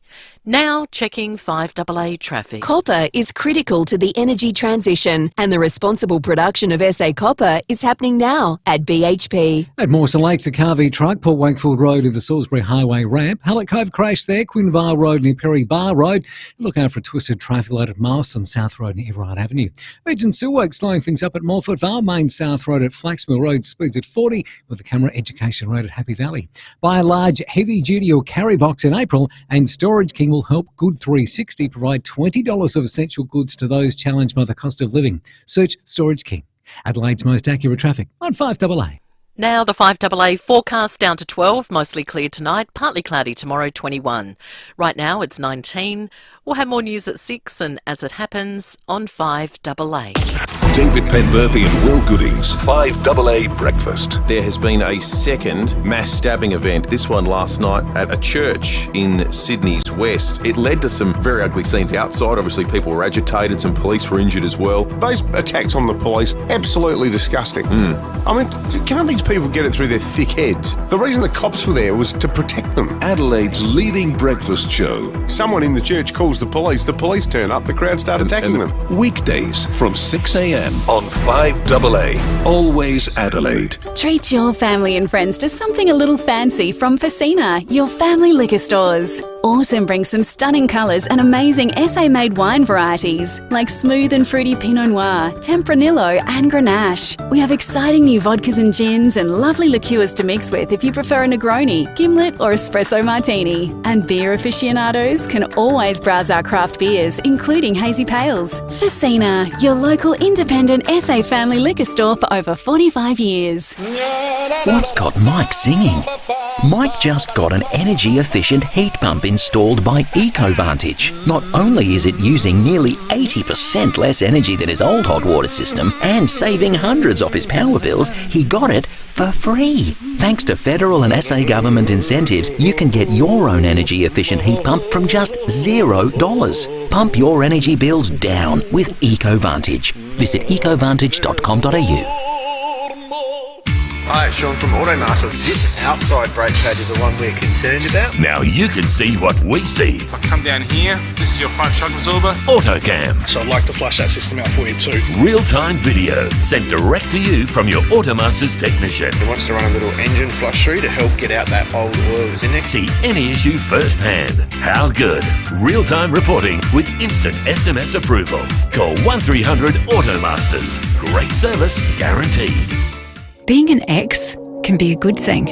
The X in X Service People stands for extraordinary assets, reliable employees who make exceptional leaders and are extremely skilled, exemplary workers with dedication and an excellent work ethic.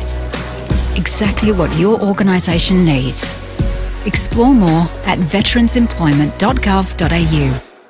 Authorised by the Australian Government, Canberra. When you die, who gets what? Will your kids or relatives argue over your estate? Will your beneficiaries be protected? Will your estate be tax effective? Will your wishes be respected and carried out? Speak with Donlan Lawyers now for peace of mind. Donlan Lawyers for wills and estate planning. Visit donlanlawyers.com. That's donlanlawyers.com. With more stores close to home and everyday low prices, great food lives at Foodland, the mighty South Aussies. Rowey and Timmy G on the 5AA Sports Show. 25 minutes to 6. Ned McHenry isn't too far away. And we've also got Izzy Borlays, who's moments away as well. Drafted pick 20 today in the WNBA. Great for another Borlays to be hitting the big time. But we're loving your calls, 8223 0000. Got that $50 Powers voucher to give away shortly. Yeah, well done. Love your calls as Campo leaves. Thanks to Unique Homestyle Food Techs. Let's go to Paraka. Johnny. Hey, gentlemen. Hey, Johnny. I saw Isaac Rankton last week at a local community sporting event before the game, and you know these players need positivity, so I didn't focus on any negative stuff, and I just pumped him up and I said, mate, you're playing well, keep going, it'll come. And he was pumped, and you know I'm glad the boys got the result. but I'm just a little bit worried, and I hate to be negative now, but I think it was, Tex played good all game. I think Isaac going to the next level is really what got them over the line, and I think it's a bit risky if we rely on that every week, considering we only won it on the last kick of the game. Yeah, you can look at it a couple of ways, John. You're right. Isaac was terrific, got the coaches' votes. Tex got, I think, 4 or 5 votes. He kicked 4 goals and took 6 inside 50 marks. It was a way to numbers, and it was a way they went about it that Camper just went through the stats, which was great. They just played totally different to what they did for longer than what they've done the first 4 rounds. What Johnny wants is next week, 2 other blokes stand up. That's probably right. Well, Saligo was terrific. Yeah. Rochelle had his moments, Nan Curvis. It was a way to numbers. But well done for being positive, John. Terrific. Yeah. And John, you got something else there, mate? Oh, yeah, sorry. Also wanted to just pump up my local club. I know you guys have been very generous letting us give us a bit of airtime, but we're just calling for final nominations for under 7s, under 8s, under 9s, under 10s. We're close to having a few teams. Register down at FIVEAA, home of the Mighty Bulls. It's all on the internet, on our Facebook page. Just Google FIVEAA Juniors. And Rowey, I know I called you Snowflake, but don't punish the kids for that, please, and give us a plug. Was that you, Johnny, who called me a snowflake? Yeah, sorry, mate. I just got away from me in the heat of the moment. But that cut me to the core, didn't it? Oh, he's been crying about it ever since, John. Unbelievable. Well, it was on the back of... I didn't know you were so sensitive, John. Yeah, God. Well done, Johnny. Little snowflake. So the message there, get on the Facebook, get on the media. The Bulls. FIVEAA Footy Club, the Home Red and of, Blues. Craig Bradley, Dwayne Russell, Alan Didak. Painey coached there for a year. Ah, yes, he did too. There you go. Let's get to Seaton. Speak to Greg. G'day, Greg. Do you want me to talk some defence, offence to you, mate? No, not really. No, neither do I. We'll be very proactive here, Greg, please. Or I'll be insertive. Well, I'd like to be more inclusive. But, like it used to be the team, but now it's the player group. It used to be the back line and the forward line, and now it's offensive and defence. Yeah. Like, are we playing gridiron or are we playing, footy, like our Aussie footy? Yeah, it's changed. I know it's not a first world problem compared to what's going on interstate, but it's just, I don't, leave the game alone, man. Well, I think it's this, Greg, and Timmy and Greg, correct me if I'm wrong. I think all these coaches in the off-season go to better themselves in different environments. They then come back and coach different terms and different ways and different methods and different systems and all those words that I'd never heard of, different shape and whatnot. And then because us media want to be relevant and we interview them, we pick up on them when they use talk those to the terms same level and want to talk at the same level. Like we went to Boston and studied at New York, and we went over there to the Tottenham Hotspurs, and we've come back. So it's all of our fault. Yeah. Now, is it better for the game or worse? I'm a little bit with Greg. I don't like the Americanisms sneaking in, but I must admit, I'm talking, gee whiz, the end of 1998. I was at Port when Choco took over and Phil Walsh came.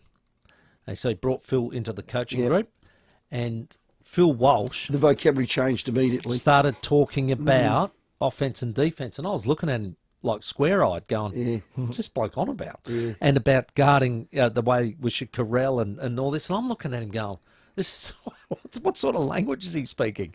But it was what we now see.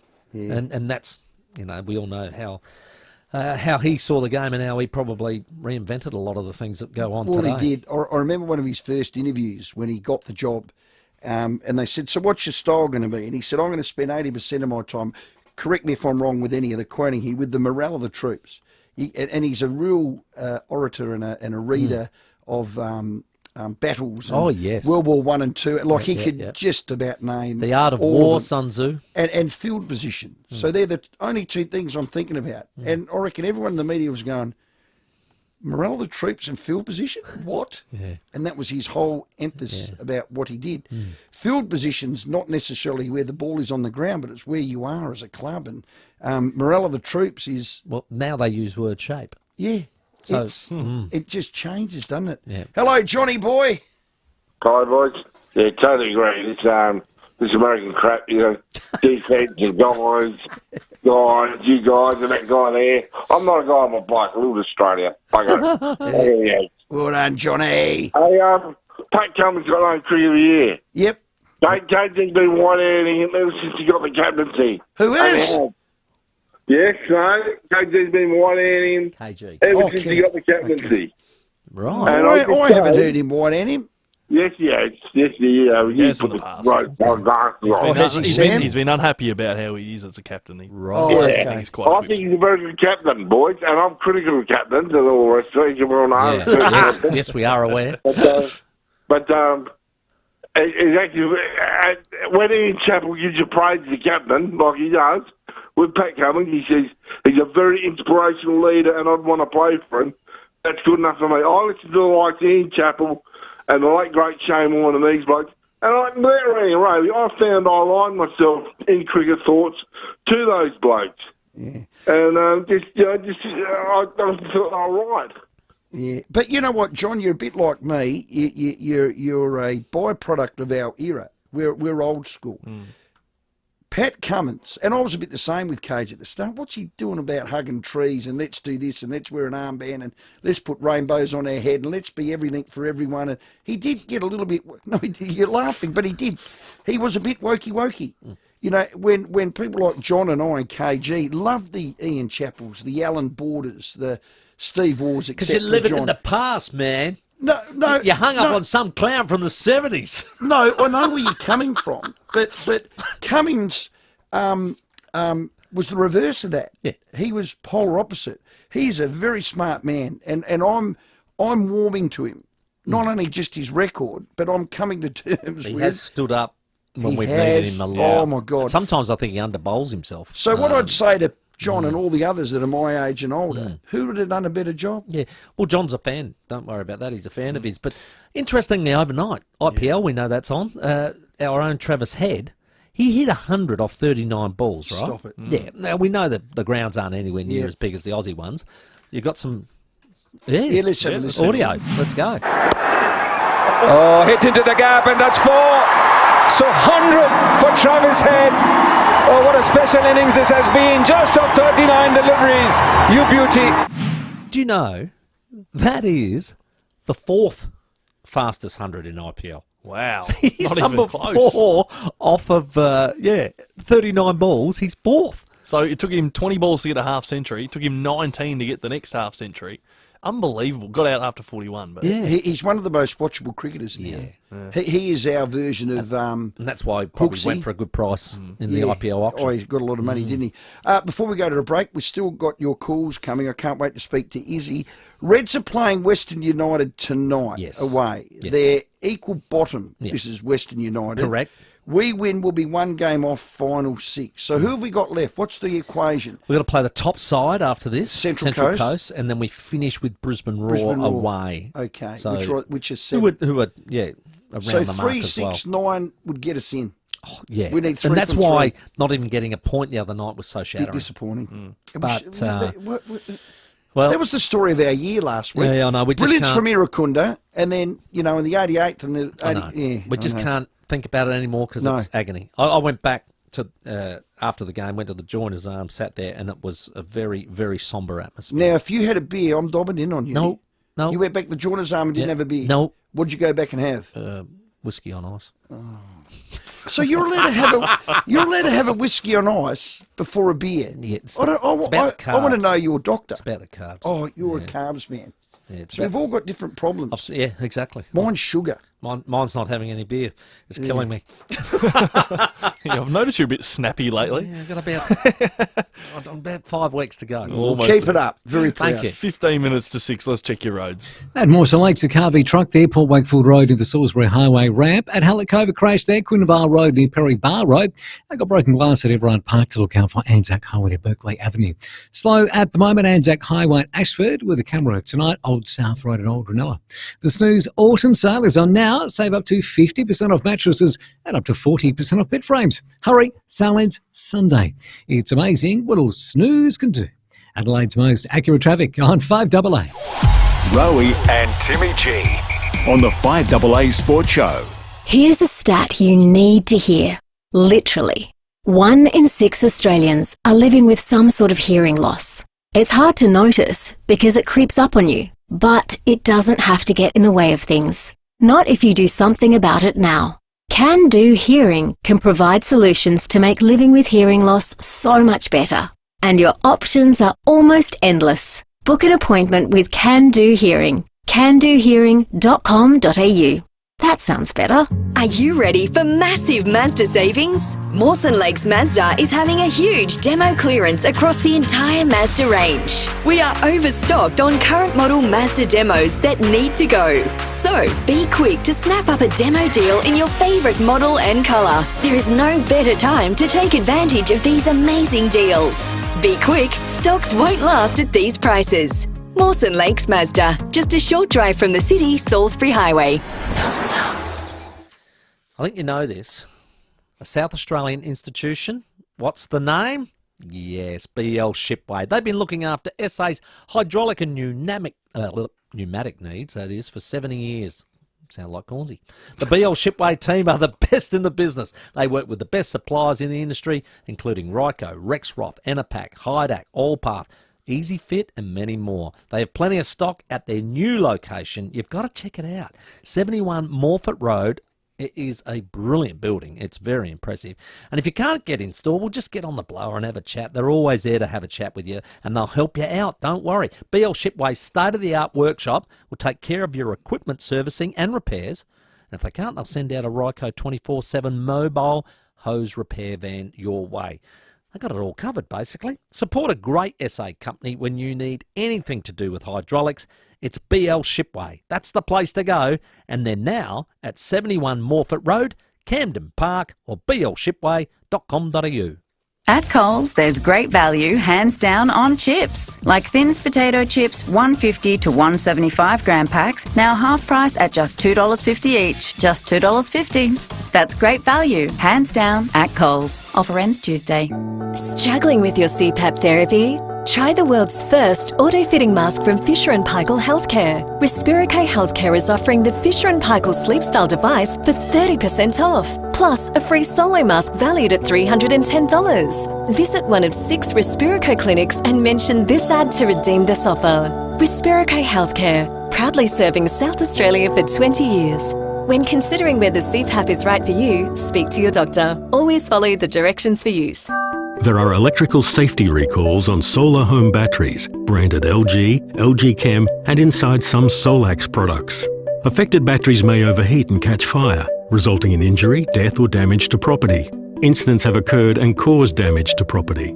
Even if you have checked before, please check again by visiting lghomebattery.com.au or by calling 1300 677 273. That's 1300 677 273. With more stores close to home and everyday low prices, great food lives at Foodland, the mighty South Aussies. Rowey and Timmy G on the 5AA Sports Show.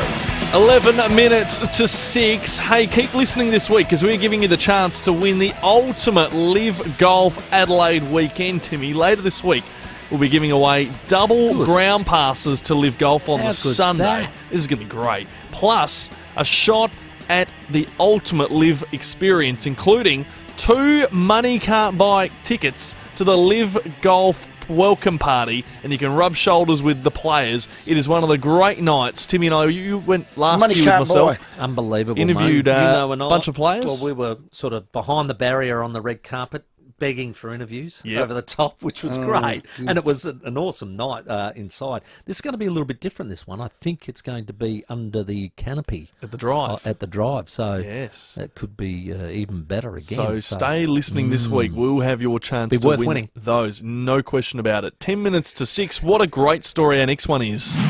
With the 28th pick in the 2024 WNBA draft, the Atlanta Dream select Isabel Borlase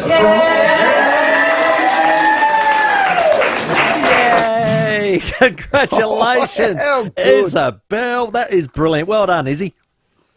Thanks, guys. I appreciate it. Well, where did it all happen? I mean, was your house full of ball laces and Kennets everywhere falling over each other?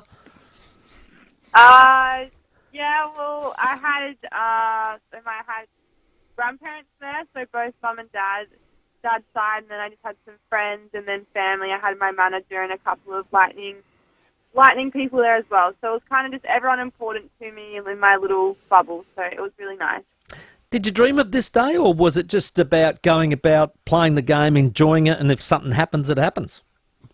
Yeah, I'd probably say just playing the game and see what happens. I mean, that's a goal along the way, and getting drafted is so amazing, and I'm so grateful that it's all happened now. But yeah, it hasn't been a goal since I was little. Like, it's definitely been something that's come up along the way, and I'm really excited. Well, they're certainly going to change everything from this moment onwards. What are the next steps for you? I did see that the head coach was talking about perhaps you guys playing in your local season. Will that happen? Yeah, so what it kind of looks like for me, so most girls who are getting drafted have done 4 to 5 years of college in America. Right. And that means they're like 22, 23 years old, so they're a lot older than me. So that's the next step in their journey. And for people like me and Nadia, who are a bit younger and 19, we would generally wait a year and to get our bodies ready and for the next step, which is the WNBA, but we just need some more time just to get ready for that. Talking about Nadia Potch, when she was getting interviewed, your name came out of the hat, and she goes, "What? Are you serious? Oh my God, that's amazing! I didn't know." Me and Izzy are like best friends. I think she was pretty pumped. Yeah, no, it is really amazing. It's a full circle because Nards and I went to the AIS together at the same time. We've done Australian stuff together, and obviously we play in different teams in the WNBL, but it's just crazy how the same team has decided to draft us, and I think it will make the transition so much easier knowing that I've got a really close friend next to me. Your family is just so grounded, Izzy. It just sounds all a matter of fact for you. Has this actually sunk in? To be honest, I don't think it has. Like, I think, like when people say to me, like, or I watch videos, Isabel Borlase drafted to the Atlanta Dream, I'm like, oh my God, like that actually happened, and it makes me really excited. So I don't think it actually has sunk in just yet. But yeah, there's lots of little things going on Instagram, seeing people be excited for me, and that's really amazing. Oh, it's just amazing. Now, you're currently studying human movement. I think you want to move into occupational therapy.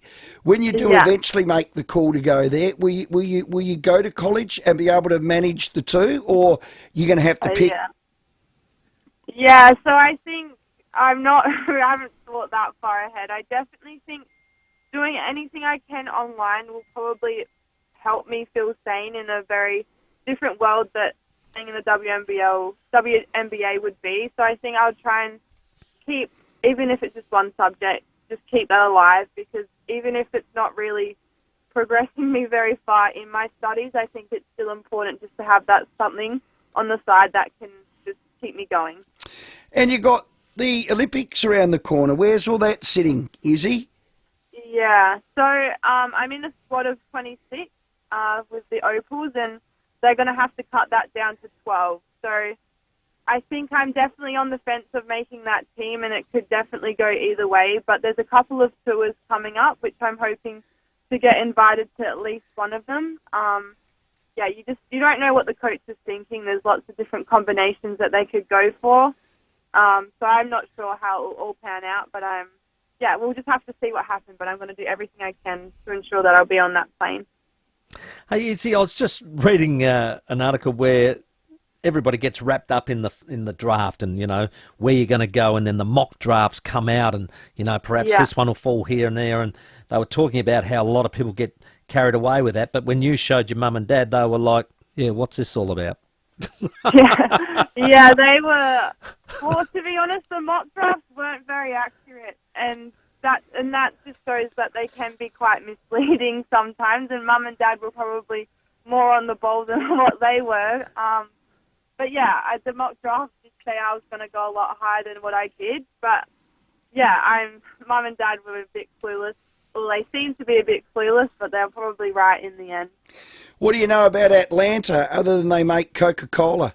It's the home of. Oh, I've got no idea. I know nothing about Atlanta. I had to hype it up as soon as I found out that I would be going there, and I saw it, I don't know, like country music, and that's about it. Well, What's the link with Adelaide? 1836. 1836. So we're born in the same year almost. So there you go. There's a bit of a link. Yeah, and that's about half the population of Adelaide. So they've got about 500,000. We have nearly 1 million in Adelaide. So how's that? A lot smaller. Yeah, a lot smaller, which is a bit of a thing. When do you think you'll actually, land in Atlanta and be a part of that unit? What sort of time frame are we looking at? So if I was to go into the WNBA straight away, I'd probably be heading over to Atlanta in the next couple of weeks because that's when training camp starts. Yep. So basically a year from now. So a year from now, I'll probably be preparing to head over to Atlanta. So I'll have another WNBL season under my belt, and hopefully that can hold me in good stead in preparation to heading over in a year's time. So 2025 is probably what we're looking at if everything goes right. Where you'll land on. That's fair enough. The head coach, who is the head coach, and have you met them?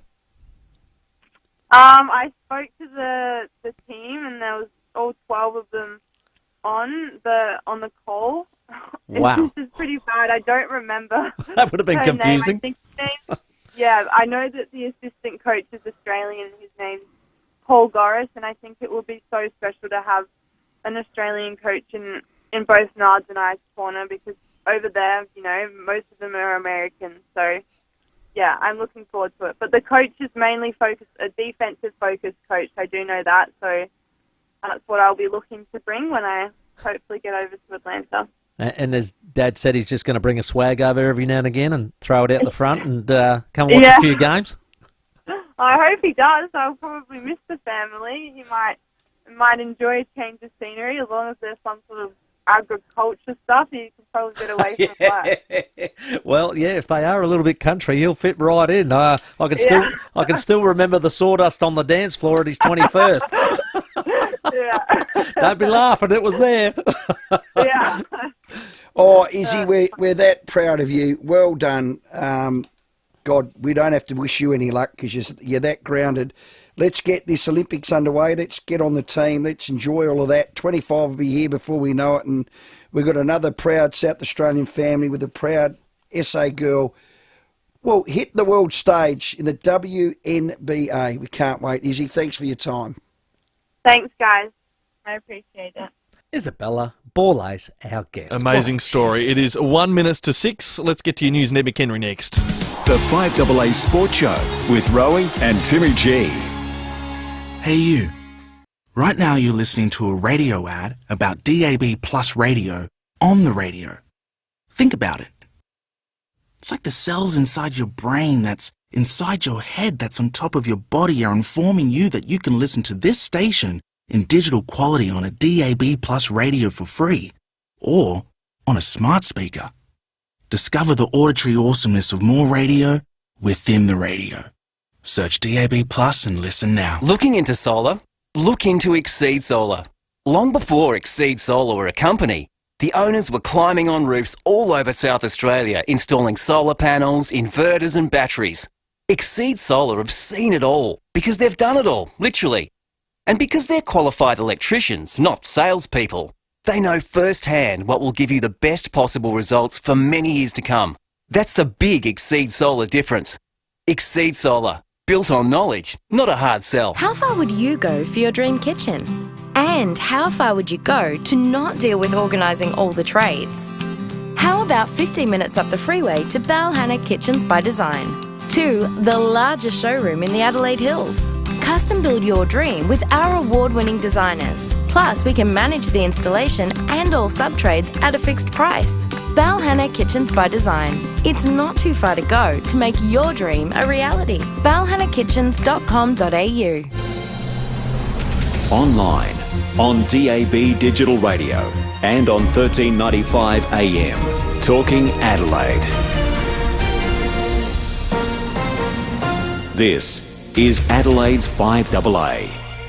Down to 12, mostly clear tonight, partly cloudy tomorrow, 21. With the 6 o'clock news, I'm Mel Usher. $19 schnitty Monday to Wednesday at the Birkenhead Tavern, Excelsior and Lighthouse Wharf. You just know it's a Barreau Hotel.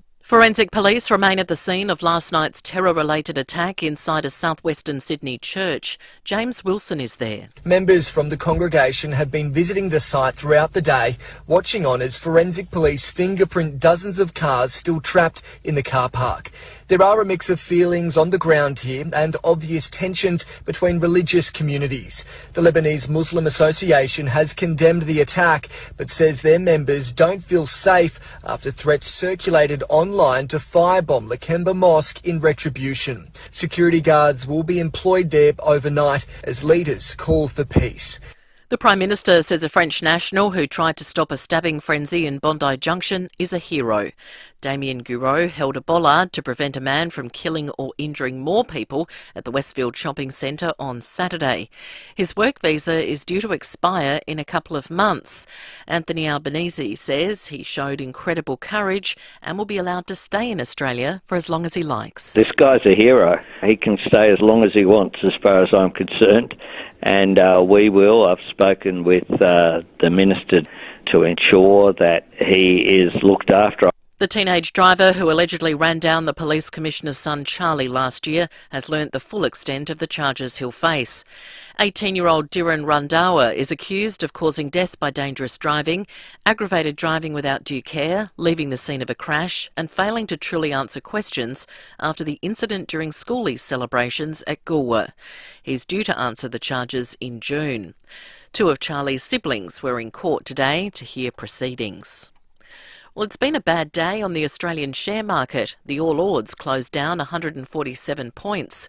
CommSec Chief Economist Craig James says there are a range of factors weighing on the market. Worries about war in the Middle East and a widening of that war, or potential widening of that war in the Ukraine, the fact that oil prices are high, concerns about inflation, concerns that the US may not be able to cut interest rates as early as what a lot of people think.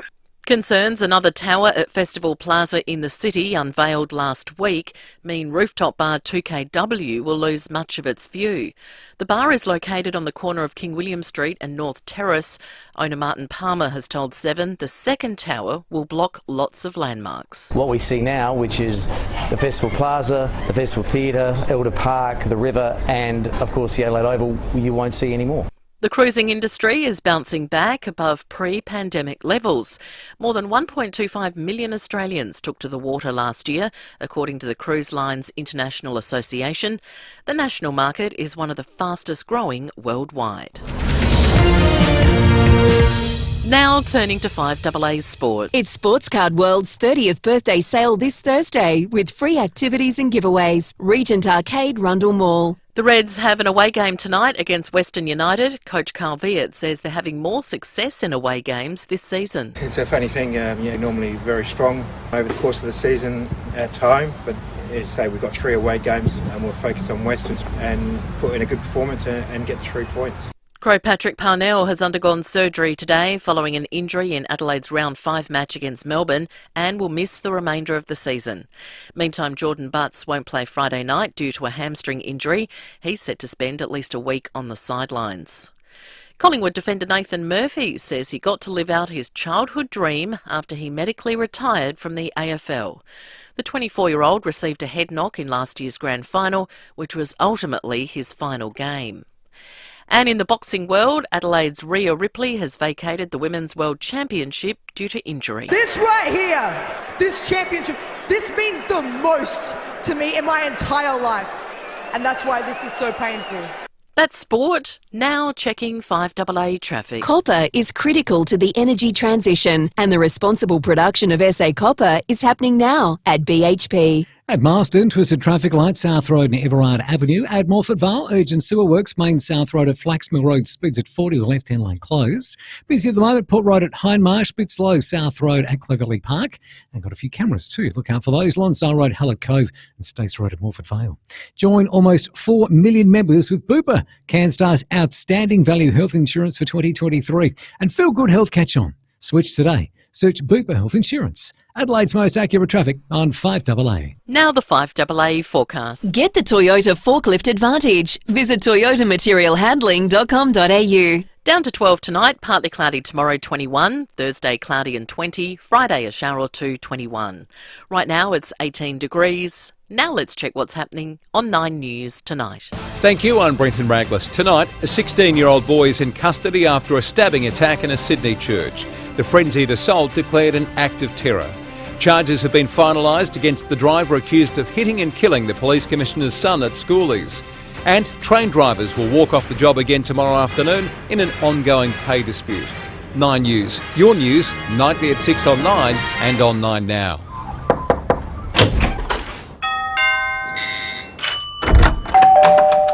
Come on in. We open our doors to people we trust and care about. And for over 85 years, South Australians have been opening their doors to Rest Haven. In turn, we've been opening doors to an easier, better life at home. From personal care to help with the shopping and social outings, you'll welcome the care that Rest Haven brings. Penny's picnicking in one of Dad's favourite places, remembering him with all his favourite faces. The girls have gathered round at Jones, so Sarah knows she's not alone. All of us will be affected by cancer at some point in our lives. So this Australia's biggest morning tea, let's make it personal.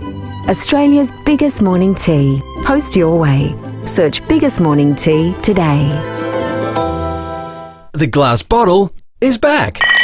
Flurio Milk Company are proud to bring you milk in a glass bottle. Look for milk refill stations in your supermarket. Purchase your own glass bottle, fill it, take it home, drink it, wash it, and bring it back to use again. No plastic, no waste. Just fresh Flurio milk in a glass bottle. It's like the good old days, but better. Look for milk refill stations in your local supermarket or visit fluriomilkco.com.au.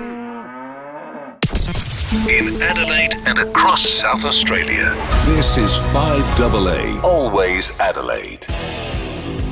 With more stores close to home and everyday low prices, great food lives at Foodland, the mighty South Aussies. Rowey and Timmy G on the 5AA Sports Show. 8 minutes after 6 here on your Tuesday night. Coming up at 6:30, the 5AA Fishing Show with Ned McHenry. But as we love to do, we bring him in nice and early. Yes, we do, and we love it, thanks to TJM. Ned, how good is winning? It is good. You know how nice it is and refreshing it is, Timmy, walking into this studio after a win? Oh, yeah. I just know I'm going to be beaten up slightly less by this man over here. It's just that weight off your shoulders. Well, it's nice, isn't it? No one was happier than me. no. Thank you, Mr. McHenry. No, good. I'm just saying I've just got this bit of bubbliness about me today. It's like the weight's off the shoulders. I asked you the same thing, and we spoke to Keezy earlier, and I played a little grab that I said I felt it turn in the week before, and you said the same thing. You said that, yeah. Nobody believed us. No, well, they need to, and especially this bloke over here. Hang on, I tipped you before the game. Yeah, well, I tipped us too. I was really confident, and I thought, that Melbourne game was a good lead-in, wasn't it, Timmy? We felt like our shape, that's the buzzword that old mate loves over here, our shape, and our method was better, and it led into a good game. Didn't it? And then, wow, what a game, though. I mean, as a spectacle, what would you say, neutral observer watching, I'm going, wow, this is just goal for goal. Yeah. Goal for goal. Fast, furious, great footy. Yeah, no, it had a bit of everything. I thought both teams, their contest was really strong. Both teams obviously scored a big score, which as a footy fan is always nice to watch. But as well, both teams defended the ground well, and their pressure was hot at times, and it was hard to move the ball. But yeah, I thought we did a lot better. So those one or two areas that we were really focusing on, we did better on the weekend. Well, 18 marks inside 50 and 100 points. I thought you set the team up well. Talk to us about Dan Curvis up on the ring. We liked Rochelle around there as well. You set the team up to look more attacking.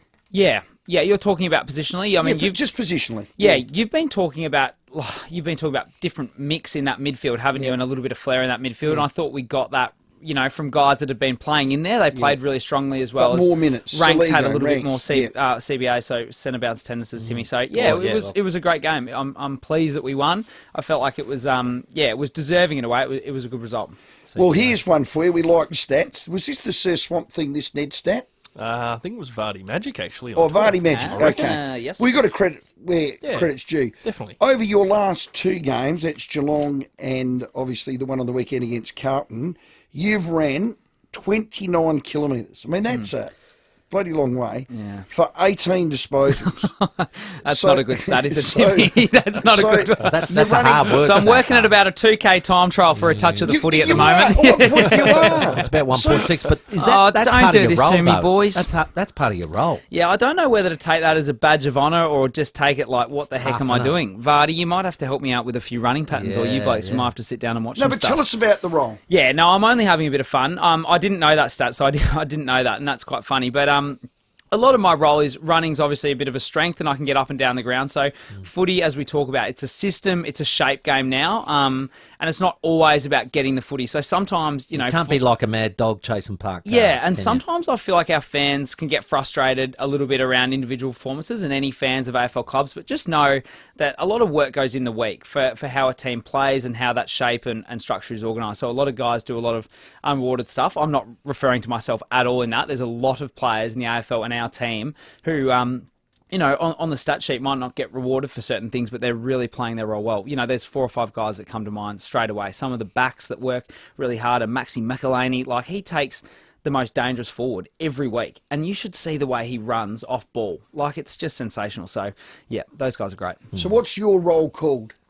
So we have different roles within our forward system. Yep. We had a laugh the other day. I think Georgiades at Port called it a fox role. Did he? Yeah, the fox role. The fox. Yeah, he did. So we have different roles. We call, funnily enough, we call them the runners.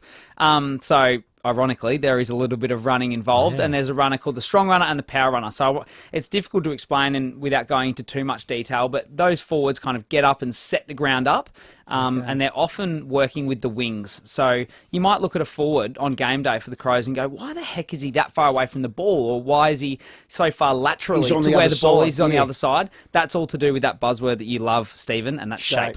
Okay. Well, I'm telling you this, if you keep running 29 kilometres for 18 disposals, you'll be in the sample. Was that a fair call? That's quite funny. Well, that's not one game. That's over 2 games. Yeah. Well, you want me to get a bit more of the ball, do you? No, I don't. I'm saying I think that's dumb. Oh, well, don't go backtracking now. You were just saying before it's good that I was playing my role. No, you are playing your role. Come on, mate, pick a side. But, which one are you on? Well, no, I'm saying to you, you keep running 29 kilometres for 18 disposals. Yeah, it's not great, is it? No. No.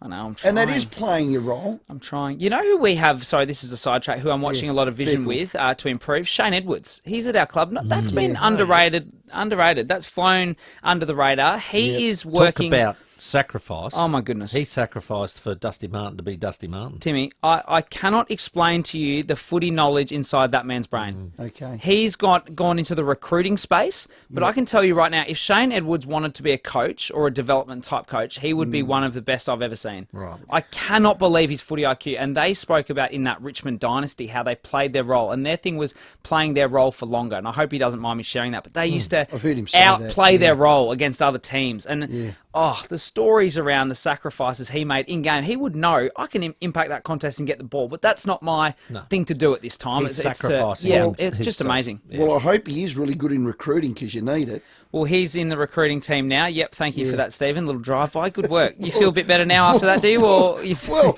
you don't reckon they do either. Jesus, I thought I was coming in here for a bit of fun. I thought the weight was off. Now we're in the recruiting department. I mean, what can I answer for? Next, I'm going to be on the bloody board or something. Seriously.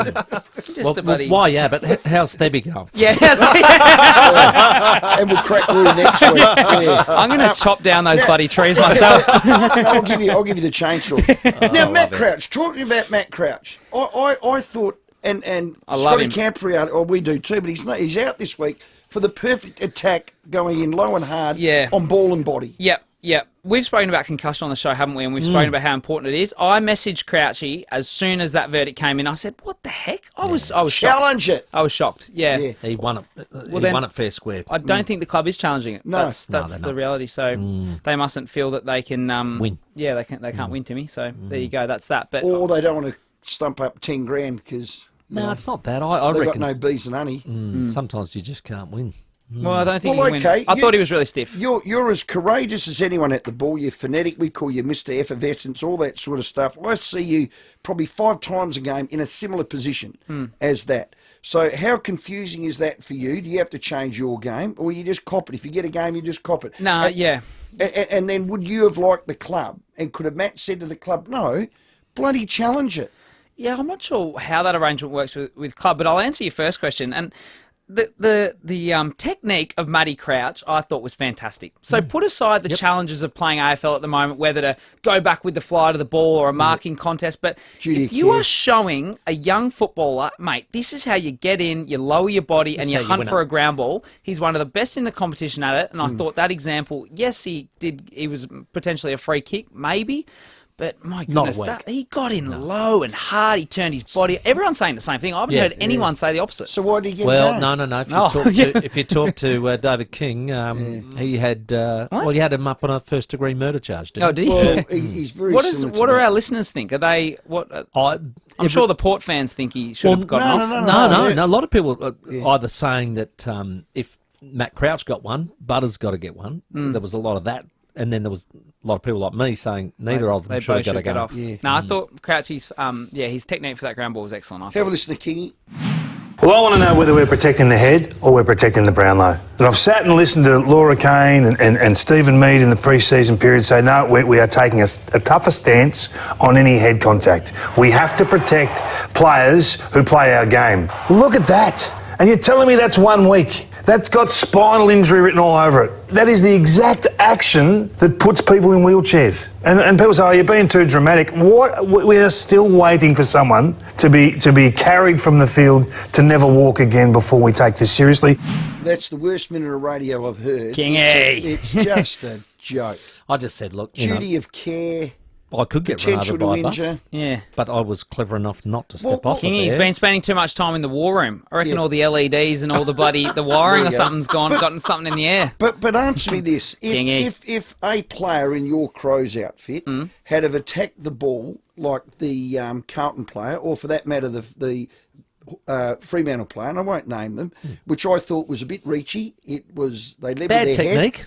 Poor technique, all those things. So those two players did both those things. Would your coaches pull them up and say, hey, I'll give you duty of care. You keep going in like that, you will get hurt. Yeah, I can't really remember. I can't remember it specifically, and I don't have that right in front of me, so I can't really comment on them. However, I remember in game, I was actually pretty reasonably close to the incident, and I remember seeing Crouchy do that. And in my head, at that time, I thought, that is Crouchy, isn't it? That's him at his best. He's in low, hard. His body, I'm not Michael Christian or whatever his name is, but I thought he was stiff. I thought he's stiff, Timmy. I'm with you. Stiff as a board. Yep. Well, we're going to talk about fishing afterwards. Just before that, are we supremely confident that this Friday night, under the big lights and the national audience, that we can do the similar thing against Essendon? Yeah, no. Yeah, so what did you say? Supremely confident, did you? Yeah. Can you give me a gold-clad guarantee that we will play like that for 4 quarters against Essendon? What the heck is this going on about, Timmy? I mean, Well, I declared we're back, and I don't want to be wrong. No, so you better be bloody back. Wrong all the time. What difference does it make? It's just one more. Just degrees off. Have a look at my bewildered face in the Foodland live stream. Stephen. Neddy's just given me another drive-by. Stephen.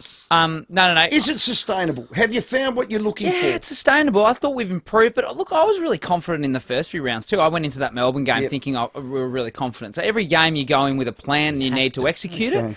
We always plan well. It's about whether us as players can execute that plan. We did it on the weekend. We'll look to do it again on the weekend. I think we'll find some momentum in our season now. Pistol Parnell's done his shoulder out for the year. Yeah, I think he's going in for surgery. So. Oh, poor kid. And the other one is Big Butsy, Big Hammy. Yeah, he's done a hammy. He's a bit injury prone lately. Yeah, he's done a couple of hammies, I think. Not happy with that. What do you think? He should be doing a few different things in the gym, should he? Or what? No. What do you think it is? No, but I'm just saying, come on, durability's a big thing. Come on, mate. Yeah, yep. I saw what Malcolm Blight listed 10 things to be a gun AFL footballer, and durability was one of them. Okay. Anyway, do you agree with that? There you go. I suppose that's one of them. Yeah. Well, just kicking and handballing is a pretty good start, but you can be durable after that, I suppose. Hey, don't question Blighty. No, Blighty's a gun. He came in and spoke to us once. I thought he was awesome. Good. Blighty. He spoke about an old thing he used to do, was called his naught night. I hope he doesn't mind me sharing. He came in and spoke to the players. He said, at training, you want a naught night. He used to think, whenever I miss one, it can't be a naught night anymore. So a naught night is 0 mistakes to me. And he used to want his players and himself to not have any mistakes at training. So train like a pro. So how many times did he have a naught night? I think he joked Because he would have given you a stat on it. Yeah, no, it wasn't many. However many it was, no, mustn't have been training hard enough. He wasn't at the intensity. You know he's got a statue at Adelaide Oval. He's a gun, bloody. He's bloody. Mate, He's the best, about- the best of the best. Do you know the story about it when they unveiled it? Yes. And he was standing and they said, "Oh, interesting, because it's got him kicking full flight. Oh, yeah? There's no ball." And they said, "Oh, Malcolm, you're disappointed there's no ball?" He said, "What are you talking about?" He said, "It's 300 metres down the road." That would be true. Now, when we come back, What a weapon. thanks to TJM, he had it all, that bloke, no question. I want to know where the 6 million baby snapper fishlings have been released off of Ard yes, Rotten. yes. Because that's my territory there, and I cannot get a cockle through these little suckers. Okay. And we're going to talk about that, Well, Nettie, let's talk about that. after the break. The 5AA Sports Show with Rowey and Timmy G. For over 3 decades, Regent Homes has been synonymous with crafting architecturally bespoke homes, each one a testament to Regent Homes' unwavering commitment to design, quality and sophistication. And because Regent Homes is a South Australian family-owned company, they understand more than anyone what it takes to build a family home. Experience Regent Homes' award-winning display homes at Lightsview and Blackwood Park.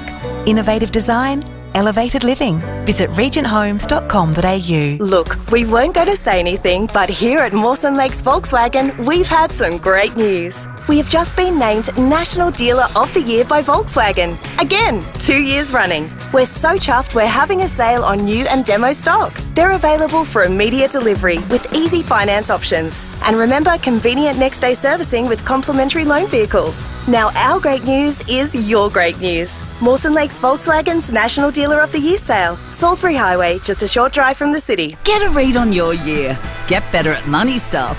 Get a different point of view. Get your travel on and get in the game. Get school lunches absolutely nailed. Get more out of 24 with The Advertiser. We're for you. The Roller Door Doctor, this is Nurse Tracy. Hi, I'm having a little issue with my front area. Ah, and what seems to be the problem? It's kind of stuck. Well, that's okay. We service, maintain and repair swing and sliding gates. The Roller Door Doctor, helping SA get it up and moving for over 30 years. Contact the Roller Door Doctor for all your gate and garage door needs. therollerdoordoctor.com.au or call 834 99 005. Hi, I'm Jo. I'm a registered nurse and I work with St Louis Home Care as a clinical care coordinator. St Louis was started by my great-grandmother and is one big happy family with lovely staff just like Jo. The people that work for St Louis are very loving and caring. Whether it's personal care, preparing meals, shopping, home maintenance or social activities, we help people stay at home for longer. If you're interested, come and join us. Google St Louis Home Care today. Living with diabetes? Ditch finger pricks with Freestyle Libre. Freestyle Libre is a small wearable sensor that monitors your glucose levels and trends and sends them straight to your phone. Instant up-to-date feedback. No finger pricks. How good is that? And you can trial Freestyle Libre for only $15. Just head to freestylelibre.com.au to find out how. T's and C's apply. Follow directions for use. Read warnings before purchase. Free yourself from finger pricks with Freestyle Libre. There's mega deals on this week at your local IGA. Like Primo Randler's Shortcut Bacon 750 gram, just $9 each. Specials across the store right now, only at IGA. Offer ends April 16. Participating stores only. Excludes local grocer and Foodland.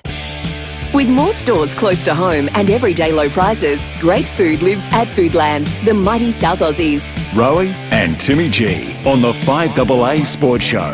24 minutes after 6, the 5AA Fishing Show is only moments away. Ned McHenry's in the studio with us. Thanks to TJM, Love Italo and the team. In the ad break, there was a kookaburra flew in. Yeah.